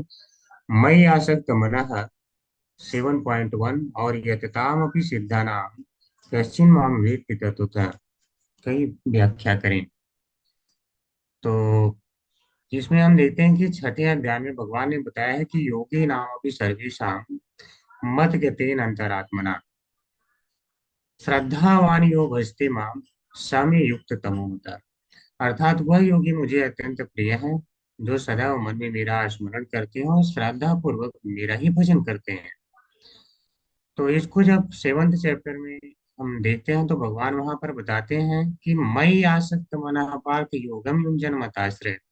इसके द्वारा वह बताते हैं कि मेरे में ही आसक्त होकर के मन को मेरे में आसक्त करो और इस प्रकार से योग का अभ्यास करो। तो जिस प्रकार से तुम मुझे पूर्ण रूप से जान पाओगे, तो तत्सृणु करके उसको जो है आगे की व्याख्या करते हैं। तो इस प्रकार हम देखते हैं कि छठे और 7वें अध्याय में लिंक है कि भगवान को मन में अपनी सदैव स्मरण करना है। इसके बाद यतताम अभी सिद्धानाम कश्चिन माम वेत्ति तत्वतः। यहाँ पर बताया है कि हजारों मनुष्यों में कोई विरला ही होता है जो भगवान कृष्ण की भक्ति की ओर अर्थात सिद्धि की ओर आकर्षित होता है। और ऐसे हजारों सिद्धों में कोई विरला ही होता है जो भगवान कृष्ण को तत्व रूप में जान पाता है, क्योंकि कृष्ण ही पूर्ण है और कृष्ण ही पूर्ण वैज्ञानिक ज्ञान है। तो हरे कृष्णा, मैं अपने प्रेजेंटेशन को, अपनी वाणी को यहीं पर विराम देना चाहता हूँ और सौरभ प्रभु जी से आग्रह करता हूँ कि अगले प्रश्न का उत्तर दें, जो कि प्रश्न है भक्ति योग के अभ्यास के संग में तत्सृणु शब्द के महत्व की व्याख्या करें। हरे प्रभु कृष्ण जी, सभी को दंडवत प्रणाम। प्रभु जी पहले मुझे तो अ, पहली स्लाइड दिख रही है, इंफॉर्मेशन वाली, विषय प्रश्न उत्तर लिखा जो। हाँ प्रभु जी, मुझे भी पहले स्लाइड ही दिख रहा है। आप रिज्वाइन करके फिर से ओपन कीजिए। सुधा माता जी ने बोला था कि चेंज हो रहा है इसमें।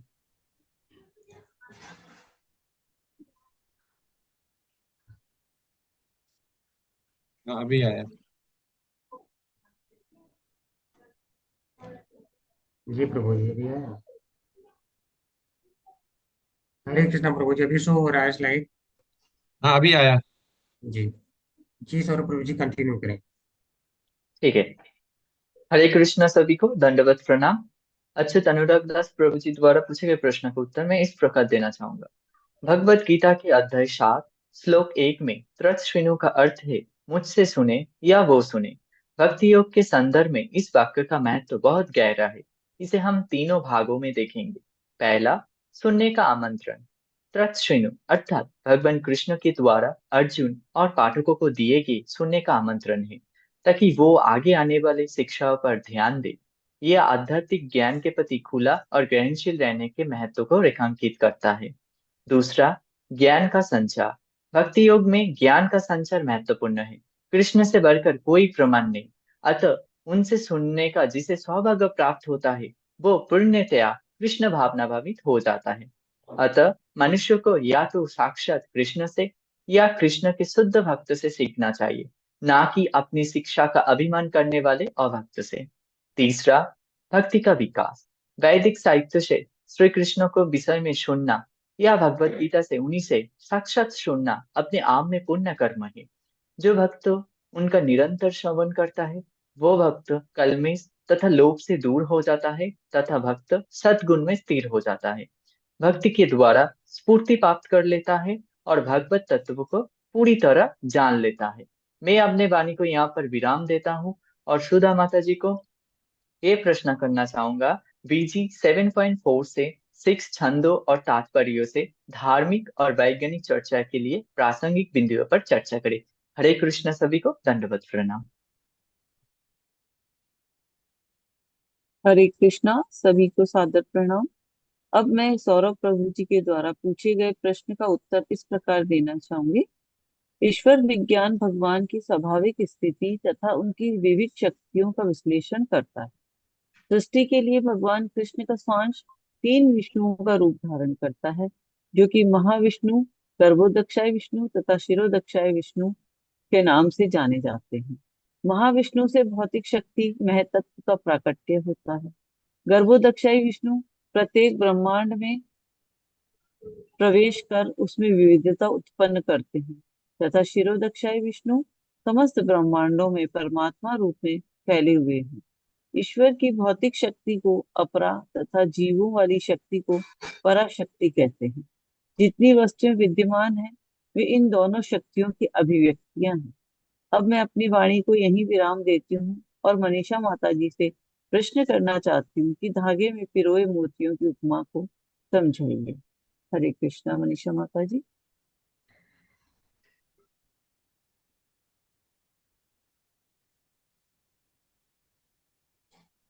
माता जी अब म्यूट है।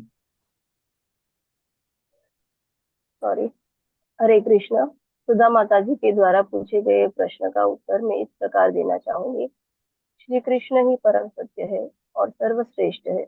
जिस प्रकार मोतियों से बने हुए हार में मोती सभी को दिखाई देते हैं और इनके कारण हार सुंदर भी लगता है, किंतु यदि वास्तव में देखा जाए तो मोती अपने नियत स्थानों पर स्थित रहने के लिए उस धागे पर निर्भर है जिसमें वे पिरोए गए रहते हैं। मोती सभी को दिखाई देते हैं, धागा नहीं, किंतु श्रेष्ठ तो वह धागा है जो सभी मोतियों को उनके नियत स्थान पर रखकर उन्हें स्वरूप प्रदान करता है। उसी प्रकार सारे ब्रह्मांड श्री कृष्ण की शक्तियों के द्वारा ही अपने नियत स्थान पर रह पाते हैं। अतः निष्कर्ष यह निकलता है कि भगवान की शक्ति एक धागे की तरह सभी ब्रह्मांडों को नियत स्थानों पर रखती है। इस प्रकार सारे ब्रह्मांड श्री कृष्ण द्वारा ही नियंत्रित है। यहीं पर मेरी अपनी वाणी को विराम देती हूँ और खुशी माता जी से प्रश्न पूछना चाहूंगी। श्वेताश्वतर उपनिषद में कथन को मायावादी व्याख्या में दोष की व्याख्या करे, जैसा कि बीजी 7.7 तात्पर्य में वर्णित है। हरे कृष्ण। हरे कृष्णा। सभी को सादर प्रणाम। मनीषा माता जी के द्वारा पूछे गए प्रश्न का उत्तर मैं इस प्रकार देना चाहूंगी। मायावादी सिद्धांत के अनुसार भगवान निराकार है, जबकि शास्त्र भगवत गीता, श्रीमद् भागवतम, ब्रह्म संहिता के अनुसार यह स्पष्ट है कि भगवान का रूप सच्चिदानंद है। परम सत्य साकार है या निराकार, इस पर सामान्य विवाद चलता है। परम सत्य तो श्री भगवान कृष्ण है और ब्रह्म संहिता में भी इसकी पुष्टि हुई है। ईश्वर परमा कृष्ण सच्चिदानंद विग्रह। परम सत्य श्री भगवान कृष्ण ही है जो आदि पुरुष है, समस्त आनंद की गोविंद है और वे सच्चिदानंद स्वरूप है।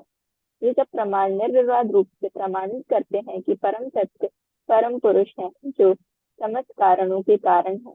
फिर भी निरीश्वरवादी श्वेताश्वतर उपनिषद 3.10 में उपलब्ध वैदिक मंत्र के आधार पर तर्क करते हैं कि ब्रह्म का कोई भौतिक स्वरूप नहीं होता। वे अरूपम शब्द पर विशेष बल देते हैं, किंतु यह अरूपम शब्द नहीं है, यह दिव्य सच्चिदानंद स्वरूप का सूचक है। भगवान कृष्ण भगवत गीता में कहते हैं, मैं ही निराकार ब्रह्म का आश्रय हूँ जो अमर्त्य, अविनाशी तथा शाश्वत है। अब मैं अपनी वाणी को यहीं विराम देना चाहती हूँ और मनीषा माता जी से प्रश्न करना चाहती हूँ। हाथ पैरों से बंधे हुए मनुष्य की उपमा समझाइए पीजी 7.1 से। हरे कृष्ण प्रभु जी, दंडवत प्रणाम। सभी को हरे कृष्णा। खुशी माता जी द्वारा पूछे गए प्रश्न का उत्तर इस प्रकार है।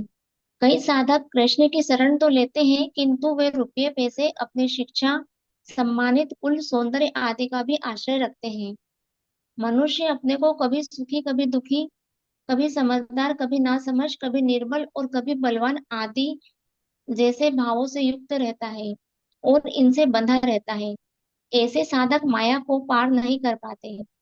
जो केवल भगवान के ही शरण होते हैं, अर्थात जो केवल देवी संपत्ति वाले होते हैं, वे भगवान की गुणमयी माया को पार कर जाते हैं। बद्ध जीव मोह रूपी रस्सी से जकड़ा हुआ है। यदि मनुष्य के हाथ पैर बांध दिए जाएं, तो वह अपने को छुड़ा नहीं सकता। उसकी सहायता के लिए कोई ऐसा व्यक्ति चाहिए जो बंधा न हो, क्योंकि एक बंधा हुआ व्यक्ति दूसरे बंधे व्यक्ति की सहायता नहीं कर सकता। अतः रक्षक को मुक्त होना चाहिए। अतः केवल कृष्ण या उनके प्रामाणिक प्रतिनिधि गुरु ही बद्ध जीव को छुड़ा सकते हैं। अब हम यहाँ अपनी वाणी को विराम देते हुए दीपानिता माता जी से प्रश्न करना चाहते हैं कि अंतगतम पापम और पुण्य कर्माणम शब्दों का हिंदी में अर्थ दें। हरे कृष्ण। खुशी दीपानिता माता जी। हरे कृष्ण प्रभु जी, हरे कृष्ण माता जी, सादर प्रणाम। मैं वंदना माता जी के द्वारा पूछे गए प्रश्न का उत्तर मैं रूप देना चाहूंगी।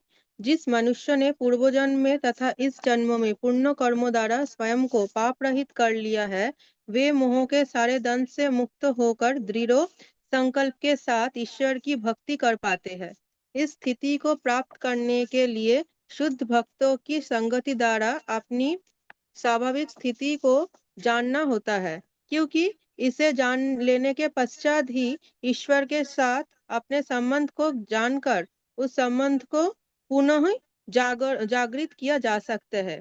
मैं मेरे वाणी को विराम देते हुए अच्युत अनुराग दास प्रभु जी को वैष्णव प्रणाम मंत्रों के साथ इसी प्रस्तुति को समाप्त करने के लिए अनुरोध करती हूँ। हरे कृष्ण प्रभु जी, हरे वाञ्छा कृष्ण। वाञ्छाकल्पतरुभ्यश्च कृपा सिन्धुभ्येव च पतितानां पावनेभ्यो वैष्णवेभ्यो नमो नमः। हरे कृष्णा हरे कृष्णा कृष्णा कृष्णा कृष्णा हरे कृष्णा हरे, हरे राम राम राम हरे हरे। हरे कृष्णा प्रभु जी, धन्यवाद प्रणाम। हमारी प्रस्तुति यहीं पर समाप्त होती है। अगर कल कहीं गलती हुई हो तो गाइडेंस करने की कृपा करें।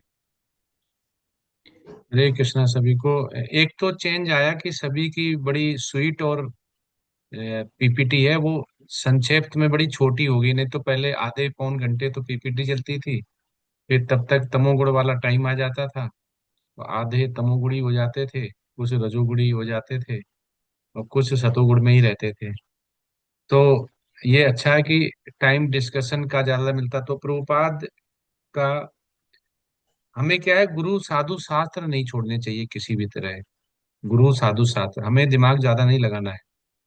और ज्यादातर आचार्य जो लोग फोकस करते हैं, जितने भी आचार्यों को सुनोगे, वो अपने गुरु के लिए ही करते हैं। हमारे जैसे गुरु महाराज हैं या एनएनडी प्रभु जी हैं, एनएनडी प्रभु जी कभी मैंने इतने खुश नहीं देखे हैं जितने गुरु महाराज के सामने होने के बाद हो जाते हैं।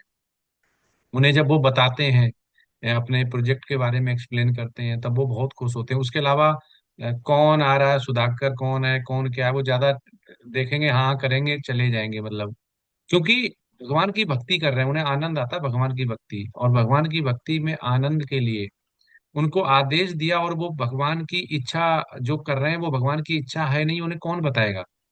उन्हें बताएगा उनके गुरु, कि जो तुम कार्य कर रहे हो ये भगवान की इच्छा वाला कार्य है, उनको तभी उसमें आनंद आता है।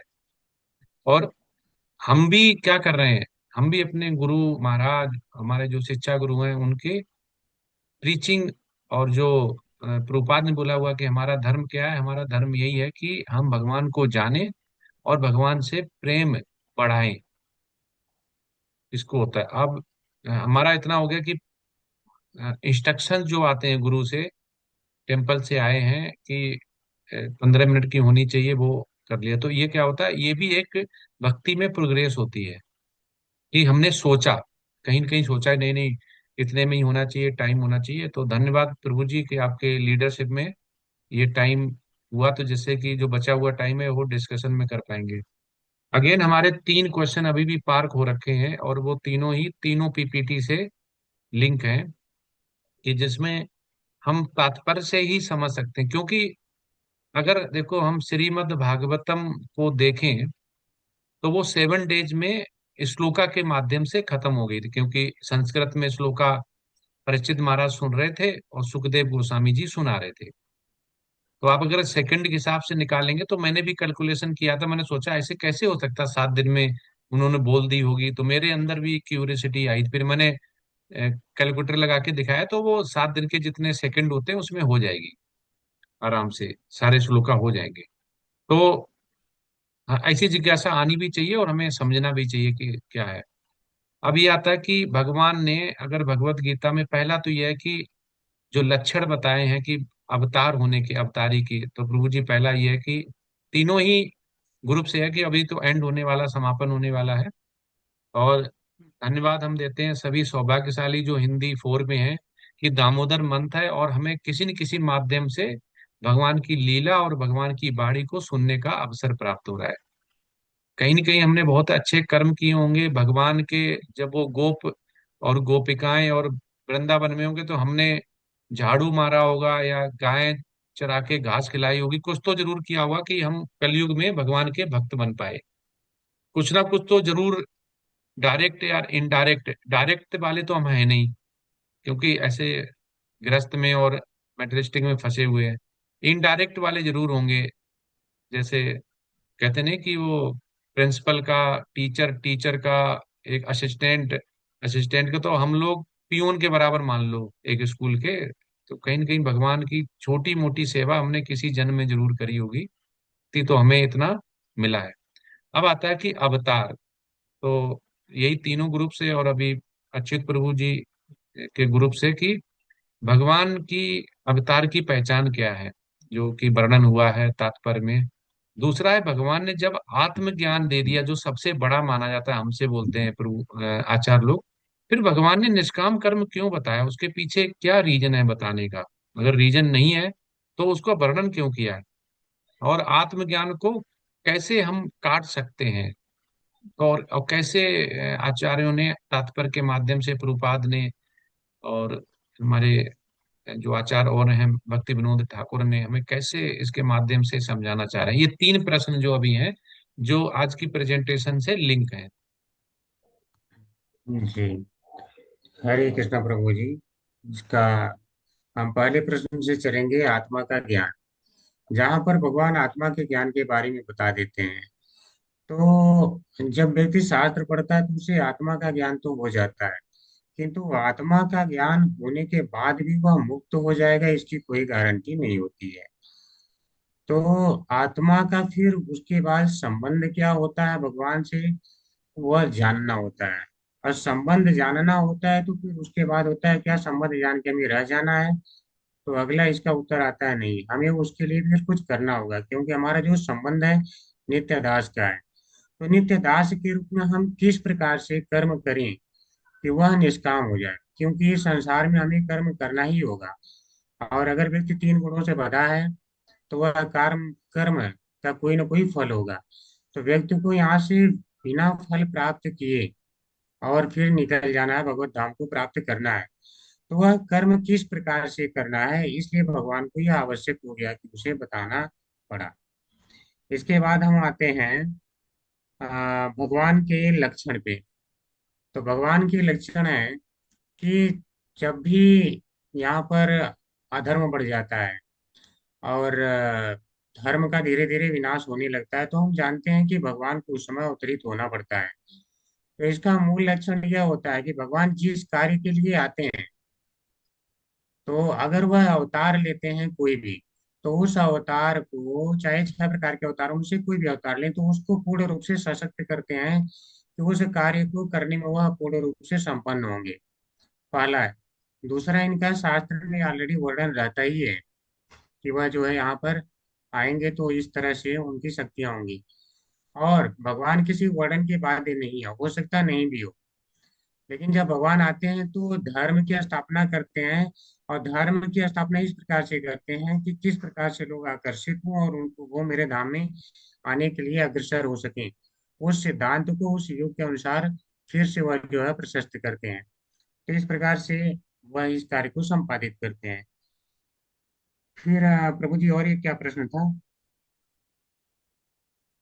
इसका प्रभु जी कोई और प्रश्न था नहीं? 2 ही हुआ ना एक।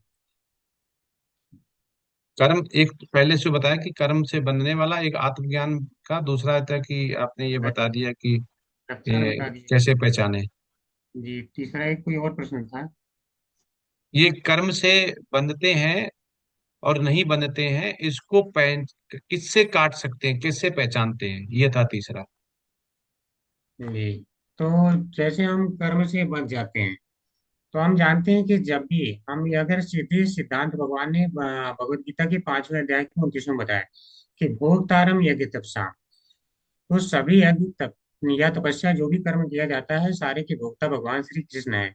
अगर इस बात को हम ध्यान में रखते हुए कर्म करते हैं तो हम कभी भी कर्म में नहीं बचते। किंतु जैसे ही हम समझ लेते हैं कि भोक्ता हम हैं और हम जैसे ही उस बात को ध्यान में लेकर के कर्म स्टार्ट करते हैं, तुरंत वह सारे बंधनों का कारण हो जाता है। तो इस प्रकार से 6ठे अध्याय में भगवान ने बताया कि जो भी तुम कर्म करते हो, तो इसी प्रकार बताया कि सारे जो उसको मुझसे युक्त करके करना है।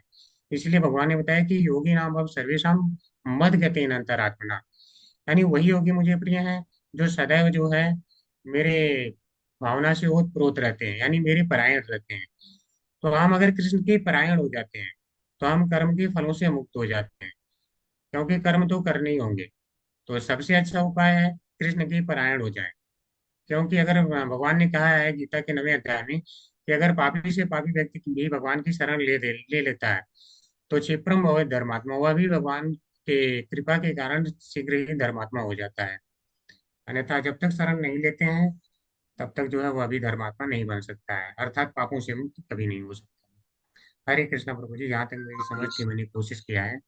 बाकी यस आप प्रभु जी, धन्यवाद प्रभु जी, आपने सही बताया। और अभी और समझते हैं, अगर कोई और इस पे रोशनी डालना चाहे। हरे हरे कृष्णा प्रभु जी। हाँ यस प्रभु जी।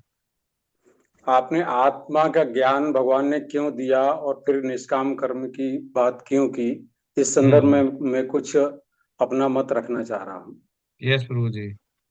भगवान ने बताया कि आत्मा अमर है, अविनाशी है, शाश्वत है, ये शरीर मरता है।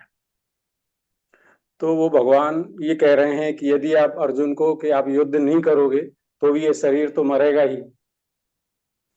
कर्म, चूंकि क्षत्रिय हो तो युद्ध करना तुम्हारा कर्म है, तो इसलिए कर्म करो। यदि मारोगे नहीं तो भी मरोगे, ये शरीर नश्वर है। यदि अपना नियत कर्म करोगे या कर्म कांड के रूप में कर्म करोगे तो जीते तो भोग करोगे ऐश्वर्य का, और हारे तो स्वर्ग प्राप्त होगा। अगर ये इस भाव से कर्म करोगे, निष्काम कर्म, जय पराजय की इच्छा से रहित मतलब निष्काम कर्म करोगे तो फिर वो आपको किसी तरह का पाप नहीं लगेगा। और यदि मेरे लिए कर्म करोगे तो भक्ति योग हो जाएगा, तो फिर वो आप मुझे प्राप्त करोगे। मेरा यही कह। हरे कृष्णा। यस प्रभु जी। और मौका देते हैं किसी माता जी, प्रभु जी कोई बताना चाहे।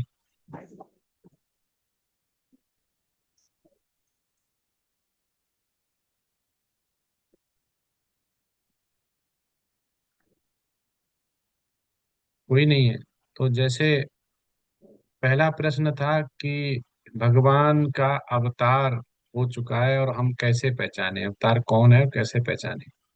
तो आप भगवत गीता और श्रीमद् भागवतम पूरी पढ़ लेना। आपने कहीं पे उसमें तात्पर्य या कहीं पे ये आया कि भगवान को कोई पहचान गया था? कोई बता सकता है किसी कहीं पे आया ऐसा? नहीं आया। कहीं नहीं आया। तो इसके मतलब क्या होता है कि भगवान स्वयं अगर नहीं बताना चाहे, क्योंकि तभी अर्जुन क्या बोलता है, मैंने आपको हे आदिवाय, हे कृष्ण, हे सखा, पता नहीं क्या क्या बोला है और मुझसे इतनी बड़ी गलती हो गई। अगर वो अगर पांडव पहले पहचान गए होते या या उनका प्रिय मित्र सखा भी पहचान गया होता, तो इसका आंसर क्या है कि भगवान अवतार कौन है और कैसे पहचाने। हम नहीं पहचान सकते हैं जब तक कि भगवान ना चाहे। ये आचार्य लोग बताते हैं, तात्पर्य से प्रभुपाद बताते हैं। कहीं तात्पर्य ये नहीं है कि पांडव पहले से जानते भगवान है, या कुंती महारानी पहले से जानती है भगवान है, या कौरव जानते थे ये जानते हैं। भगवान खुद जनाते थे तभी जानते, चाहे वो भीष्म पितामह हो, चाहे द्रोणाचार्य हो, चाहे कृपाचार्य हो। वो खुद जनाते थे तभी जान पाते थे। तो भगवान जब तक नहीं चाहे तब तक नहीं जानते। अगर वो चाहते तो दुर्योधन को भी जनवा सकते थे कि हम भगवान हैं। उन्होंने उसके अर्ध विश्व रूप उसको दिखाया था अंदर, जब बोला इसको पकड़ लो 5 गांव मांगने आए थे, लेकिन भगवान ने दिखाया तब भी उसके दिमाग में भ्रम ये डाल दिया कि ये बोले कि ये तो माया है, छलावी है, ये सब माया का जाल है। नहीं दिखाना चाह रहे थे भगवान। और वहीं पे भीष्म पितामह, द्रोणाचार्य, कृपाचार्य हाथ जोड़ के खड़े हुए क्योंकि भगवान उनको दिखा रहे थे। तो स्मृति विस्मृति हमें देता कौन है? हमें भगवान देता है। वही हमारे सामने अर्च विग्रह हैं। हम निकल के चले जाएंगे अगर भक्त नहीं है। अगर हम भक्त होंगे तो हम दंडवत प्रणाम करेंगे। समझ रहे? भगवान अर्च विग्रह तो सबके लिए सेम है। तो लेकिन हमें भगवान दिखाना चाह रहे हैं, पहचानना चाह रहे हैं, हमारे साथ संबंध है तो हम पहचान सकते हैं। तो ये कहीं पे भी श्रीमद् भागवतम या भगवत गीता में आचार्य बोलते कि नहीं आते हैं कि भगवान को हम पहचान सकते हैं। हाँ, भागवतम ये जरूर आता है कि जब भगवान इस धरा से जाते हैं, आने का तो हमें नहीं पता चलता, कहीं जिक्र नहीं आया कि भगवान आए तो चारों तरफ पता चल गया हो भगवान आ गए। लेकिन जाने पे भगवान जब इस धरा से जाते हैं, सा श्रीमद् भागवतम में आता है, तो बहुत सारे चेंजेस आते हैं। कलमश बढ़ जाते हैं, खुशी नहीं रहती चेहरे पे, दो अलग तरह का संतुलन चला जाता है, ऐसा युधिष्ठिर महाराज बोलते हैं। तो ऐसा वर्णन आया है। लेकिन यही युधिष्ठिर महाराज, यही द्रोणाचार्य, कृपाचार्य या कहीं पे भी श्रीमद् भागवतम या उसमें नहीं आता कि भगवान का जब जन्म हुआ तो मां लंगाड़े बजे, ढोल बजे, खुशियां हुई, फूल बरसे, देवता आए, मार हुआ, कहीं सुना आपने? नहीं। भगवान इसको आच्छादित रखते हैं, नहीं बताते हैं। तो भी भगवान की लीला ही नहीं होगी। अगर यशोदा माता ये जान जाती कि भगवान श्री कृष्ण है, वो काहे को रस्सी से बांधती। और ऐसा अच्छा लोग बोलते हैं कि बलराम जी और भगवान श्री कृष्ण ने उनको बताते थे कि हम दोनों भगवान हैं, तो दोनों को बहुत कूटती थी उसी दिन जिस दिन वो बताते थे कि दोनों ही मेरे घर में पैदा हो गए क्या, बताओ। भगवान खुद कह रहे हैं हम दोनों ही भगवान हैं। वो कहते तुम दोनों इधर आओ, तुम्हारे तो आज मैं भूत उतार देती हूँ भगवान वाला। उनको यूनिवर्स अपने मुंह में दिखाया जब मिट्टी खाई, लेकिन वो बेहोश होके गिर गई क्योंकि भगवान नहीं चाह रहा कि वो जाने। तो इसके मतलब क्या होता है, इतने एविडेंसेस हैं कि अवतार होते हुए भी भगवान जब तक ना चाहे हमारे पास भी खड़ा होगा, हमें इतनी प्रेमा भक्ति होगी, हमारे सामने भी होगा किसी रूप में। जब तक वो नहीं जनाना चाहेंगे हम नहीं जान सकते, हमें उतना योग्यता लानी पड़ेगी। अब दूसरा आता है, अच्युत प्रभु जी और सभी माता प्रभु जी ने सही आंसर बताया, लेकिन उसमें हमें और ज्यादा इजी समझना पड़ेगा। जैसे भगवान ने आत्मज्ञान दिया, सबसे ऊपर बोलते हैं आचार्य लोग कि आत्मज्ञान है। हमें सबसे पहले स्टार्ट करते हैं, प्रभुपाद जब अमेरिका गए तो उनसे पूछा गया कि वाई यू आर हियर, ठीक है, what do you want do. तो वो बोले कि मैं ना कोई कुछ हूं ना कुछ करना चाहता हूँ, मैं तो केवल अपने गुरु का आदेश जो है उसका पालन कर रहा हूँ, सिंपल सा है, और मैं तो दास हूँ, मैं कोई भगवान नहीं। क्योंकि उससे पहले जितने भी आचार्य लोग या ब्रह्मचारी या सन्यासी या वानप्रस्थ गए थे, उन्होंने अपने आप को कहीं न कहीं बिजनेस के फायदे के लिए अपने आप को भगवान का संबंधित या भगवान के बराबर बताया, इसलिए ये प्रचार प्रसार नहीं हुआ, व्यवसाय में पड़ गए, क्योंकि माया बहुत प्रबल होती है। तो प्रभुपाद ने ऐसा कभी नहीं किया, और वो इसलिए कर पाए क्योंकि भगवान की भक्ति की वजह से भगवान ऐसा चाहते थे, तो इसलिए वो नहीं कर पाए। क्योंकि भगवान नहीं चाहता था तब तक कोई कुछ नहीं कर सकता है। तो हमें अपने गुरु की, हमें अपने आचार्यों से ये समझना चाहिए कि हमें करना क्या है, हमें अनुसरण, हमें प्रभुपाद का अनुसरण करना चाहिए। प्रभुपाद ने अपनी गुरु आज्ञा की, उसी के लिए सब कुछ किया, भगवान ने उनका साथ दिया, भगवान श्री कृष्ण साथ नहीं देता। ऐसा नहीं था प्रभुपाद पहली बार इंग्लिश जानने वाले अमेरिका गए थे, प्रभुपाद से पहले भी सीनियर गए। आप अगर पढ़ेंगे श्रील प्रभुपाद लीला अमृत तो उसमें पूरा जिक्र आता है कि उससे पहले भी गए हुए थे। और भक्ति विनोद ठाकुर ने इसका जिक्र भी किया है, सरस्वती महाराज ने भी इसका जिक्र किया है, लेकिन नहीं कर पाए। तो आत्मज्ञान होने के बाद निष्काम कर्म इसलिए बताते हैं, भगवान ने इसलिए बताया क्योंकि आत्मज्ञान से काम नहीं चलेगा। क्योंकि जब तक शुद्ध हृदय की योग्यता नहीं आएगी, हमारा निष्काम कर्म और आत्मज्ञान कब आएगा? जब तक हमारी योग्यता नहीं होगी। और योग्यता किससे आएगी? उसकी योग्यता है शुद्ध हृदय से। अगर हम सोचें हमें आत्मज्ञान हो गया, हम निष्काम कर्म कर रहे हैं, अब करेंगे कैसे? पहले ये तो करना पड़ेगा। तो इसलिए भगवान ने आत्मज्ञान के बाद निष्काम कर्म बताया, क्योंकि निष्काम कर्म आप जब ही कर पाएंगे जब आपका हृदय शुद्ध होगा, नहीं तो भगवान के लिए कर ही नहीं पाएंगे। आप कोशिश कर लेना, नहीं कर पाएंगे। भगवान से प्रेमा भक्ति नहीं होगी तो आप जल्दी जल्दी उनकी पूजा करेंगे, जल्दी जल्दी भोग लगाएंगे और उनको उनको चढ़ाएंगे कटोरी भर, अपना खाएंगे कटोरा भर, कि बस इतना ही खाते होंगे। ऐसा होता है अक्सर, मैंने भी किया, मैं नहीं बोला मैंने नहीं किया। क्योंकि जब हम शुरू से स्टार्ट करते हैं तो ये नहीं पता चलता है भगवान खाएंगे कितने। छोटी सी कटोरी निकालते थे, हम थाली सजा लेते थे, लग गया भोग। तब धीमे धीमे जब हमें ज्ञान हुआ कि नहीं, 14 वर्ष का बालक जितना होता है, आधे घंटे जितना खाते हैं बैठ के, उतना 14 वर्ष के बालक के बराबर उनको भोग लगाना है, और मिनिमम आधे घंटे रख लेना है। उसके बाद वो प्रसादम बांटना है। तो ये कब आता है? जब हम प्रेमा भक्ति की तरफ बढ़ते हैं तो हम और ज्ञान लेते हैं। ठीक है, तो क्या हो गया? आत्मज्ञान के बाद निष्काम क्यों बताया? कि निष्काम वही कर पाएगा जो शुद्ध हृदय होगा। तो भगवान ने शुद्ध हृदय बनाने के लिए, योग्यता लाने के लिए निष्काम कर्म बताया, नहीं तो एक सकाम कर्म था, एक विकर्म था, एक भगवान के लिए काम हो गया। ठीक है, तो ये हो गया। अब तीसरा तीसरा यह था कि हम बंधन। तो आचार्य लोग बोलते हैं चाहे हम निगेटिव काम करें चाहे पॉजिटिव करें, मतलब अच्छा करें या बुरा, दोनों में ही बंधन है, अच्छा बुरा। लेकिन इस बंधन से हम कैसे बच सकते हैं? इस अज्ञानता से कि आत्मज्ञान और निष्काम, ये शुद्ध हृदय से बच सकते हैं। हमें शुद्ध हृदय करना पड़ेगा। इसके मतलब अगर हमें निष्काम कर्म करने हैं, आत्मज्ञान को जानना है, तो हमें सबसे पहले अपना हृदय शुद्ध करना पड़ेगा। इसलिए भगवान ने आत्मज्ञान के बाद निष्काम बताया, क्योंकि निष्काम की योग्यता क्या है? शुद्ध हृदय वाला ही निष्काम कर्म करेगा, जिसके भगवान के प्रति प्रेम होगा। अब ये आता है कि बंधन।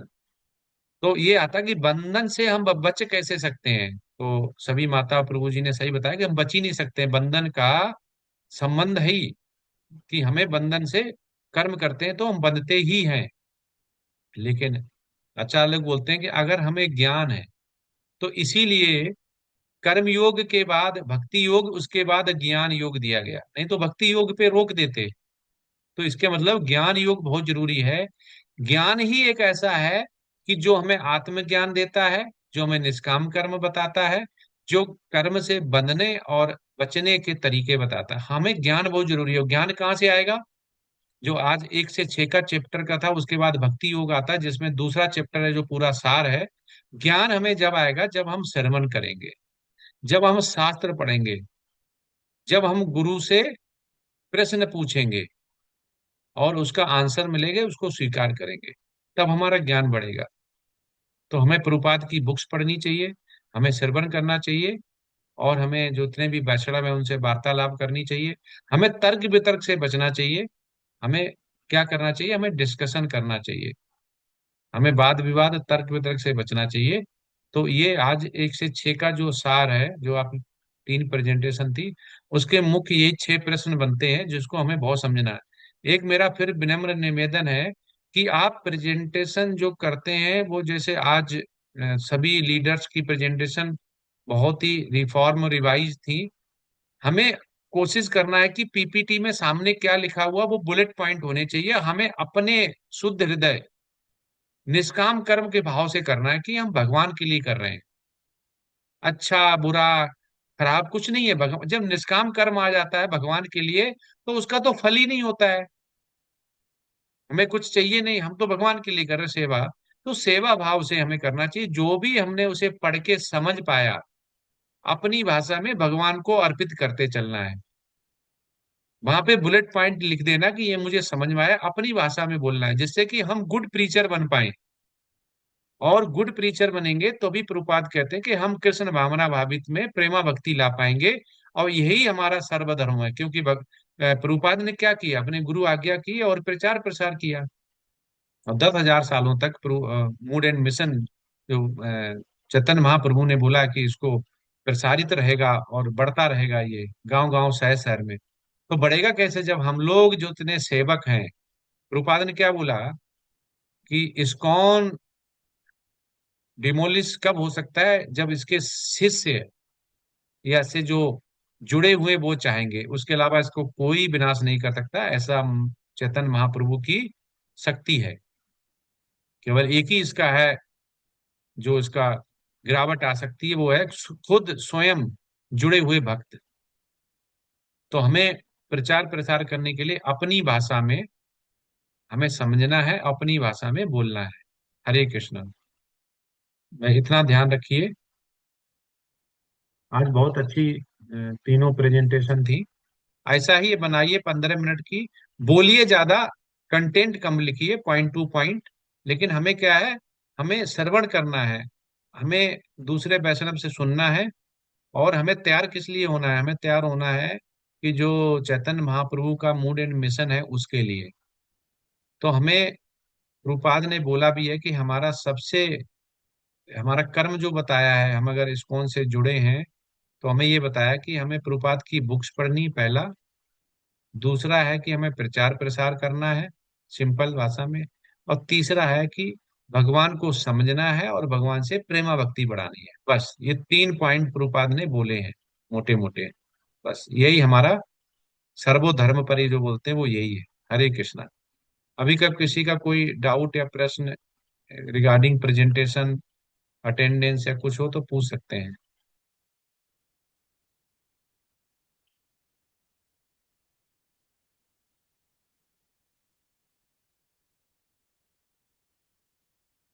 हरे कृष्ण प्रभु जी, अभी किसी का प्रश्न नहीं है। यस।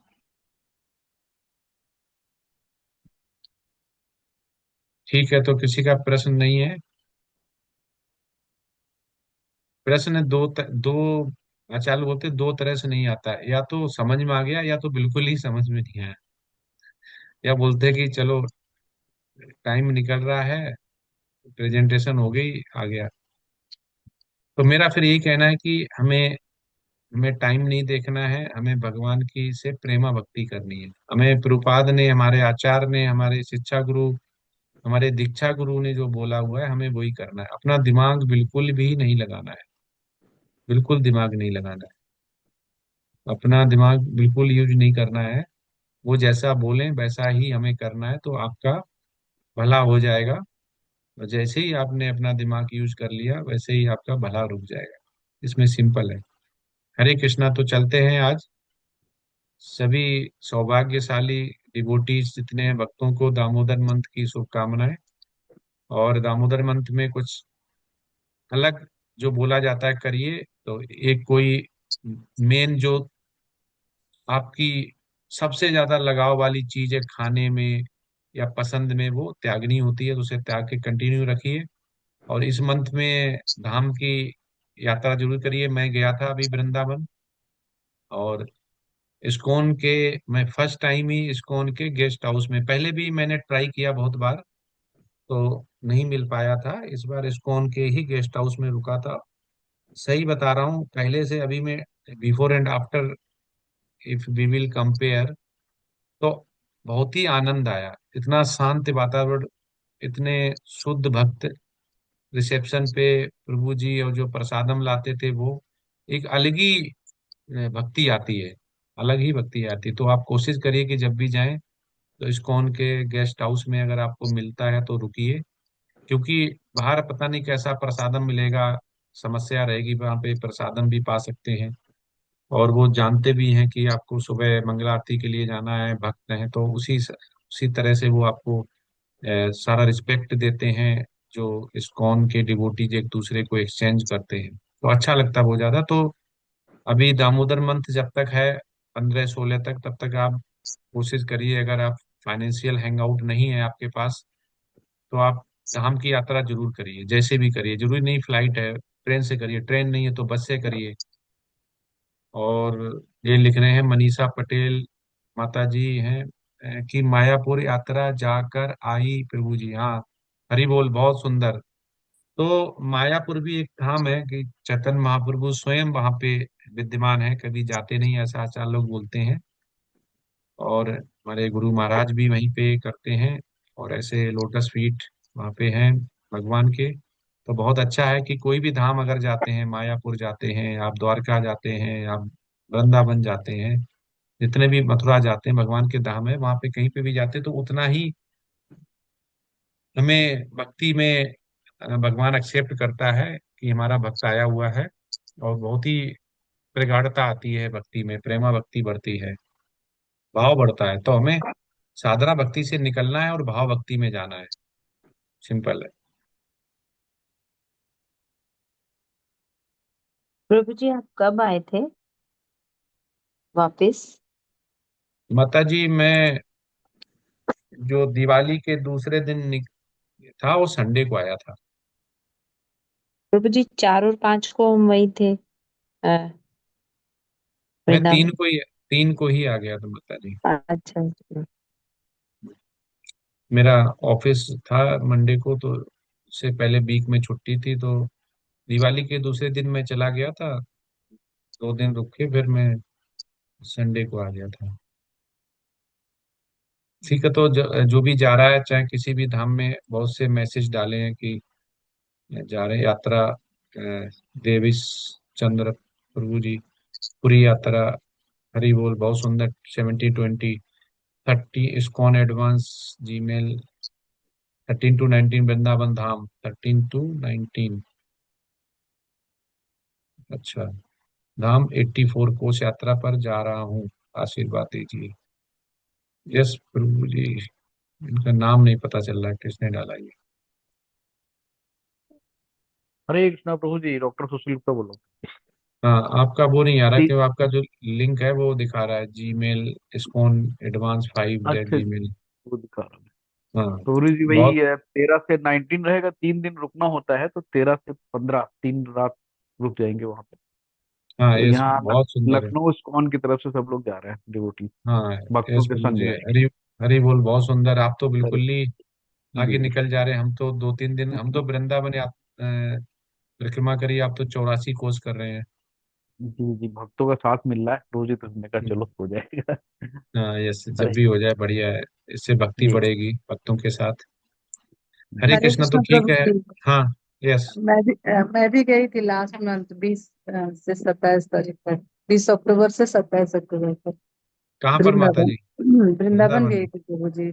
हरी बोल, बहुत सुंदर है। जी।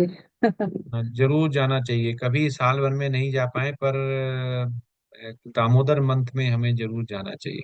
हरे कृष्ण प्रभु जी, आपका हाँ, आशीर्वाद है। सब ठाकुर की मर्जी है। हम लोग तो जीव हैं, हमारी मर्जी से कुछ भी नहीं है। वो चाहेगा तो हम जाएंगे, नहीं बुलाएगा तो हम कैसे भी नहीं जा सकते, कितनी भी कोशिश कर लें। सब उसकी मर्जी से होता है, उसके बगैर कुछ भी नहीं हो सकता है। ठीक है, हरे कृष्णा। तो चलते हैं आज। सभी का बहुत बहुत धन्यवाद कि आपने इतना कीमती समय निकाला भगवान का श्रवण करने के लिए। तो भगवान इसको किसी न किसी रूप में आपको रिटर्न करेगा, आपको भक्ति देगा, आपके हृदय शुद्ध करेगा, निष्काम कर्म कर पाएंगे। निष्काम कर्म समझ के ही आप आत्मज्ञान को समझ पाएंगे और विज्ञान और ज्ञान को समझ पाएंगे। और सबसे मेन है कि हमें भगवान को समझना, हमें भगवान के लिए कर्म करना, हमें प्रभुपाद की बुक्स पढ़ना, हमें भगवान को समझना, भगवान से प्रेमा भक्ति बढ़ाना और प्रचार प्रसार करना, ये हमारा लक्ष्य होना चाहिए। तो हमारा धर्म क्या है? हमारा धर्म है भगवान को जानना और भगवान से प्रेमा भक्ति करना। हरे कृष्णा। तो आज चलते हैं। वांछा कल्पतरुभ्यश्च कृपा सिंधु एव च पतितनां पावनेभ्यो वैष्णवेभ्यो नमो नमः। हरे कृष्ण कृष्ण कृष्ण हरे हरे, हरे राम राम राम हरे हरे। अनंत कोट वैष्णव वृंद की जय। जय। जय। श्रील प्रपाद की जय। जय। सभी वैष्णव आचार्यों की जय। जय। सभी वैष्णव भक्तों की जय। जय। श्री गुरु महाराज की जय। जय। दामोदर मंथ की जय। जय। हरे कृष्णा। सभी को धन्यवाद हरे प्रणाम। हरे कृष्ण कृष्ण प्रभु दंडवत जी, प्रभु जी। सादर प्रणाम। दंडवत प्रणाम। कृष्ण प्रभु जी। हरे कृष्ण। हरे कृष्णा। हरे कृष्णा।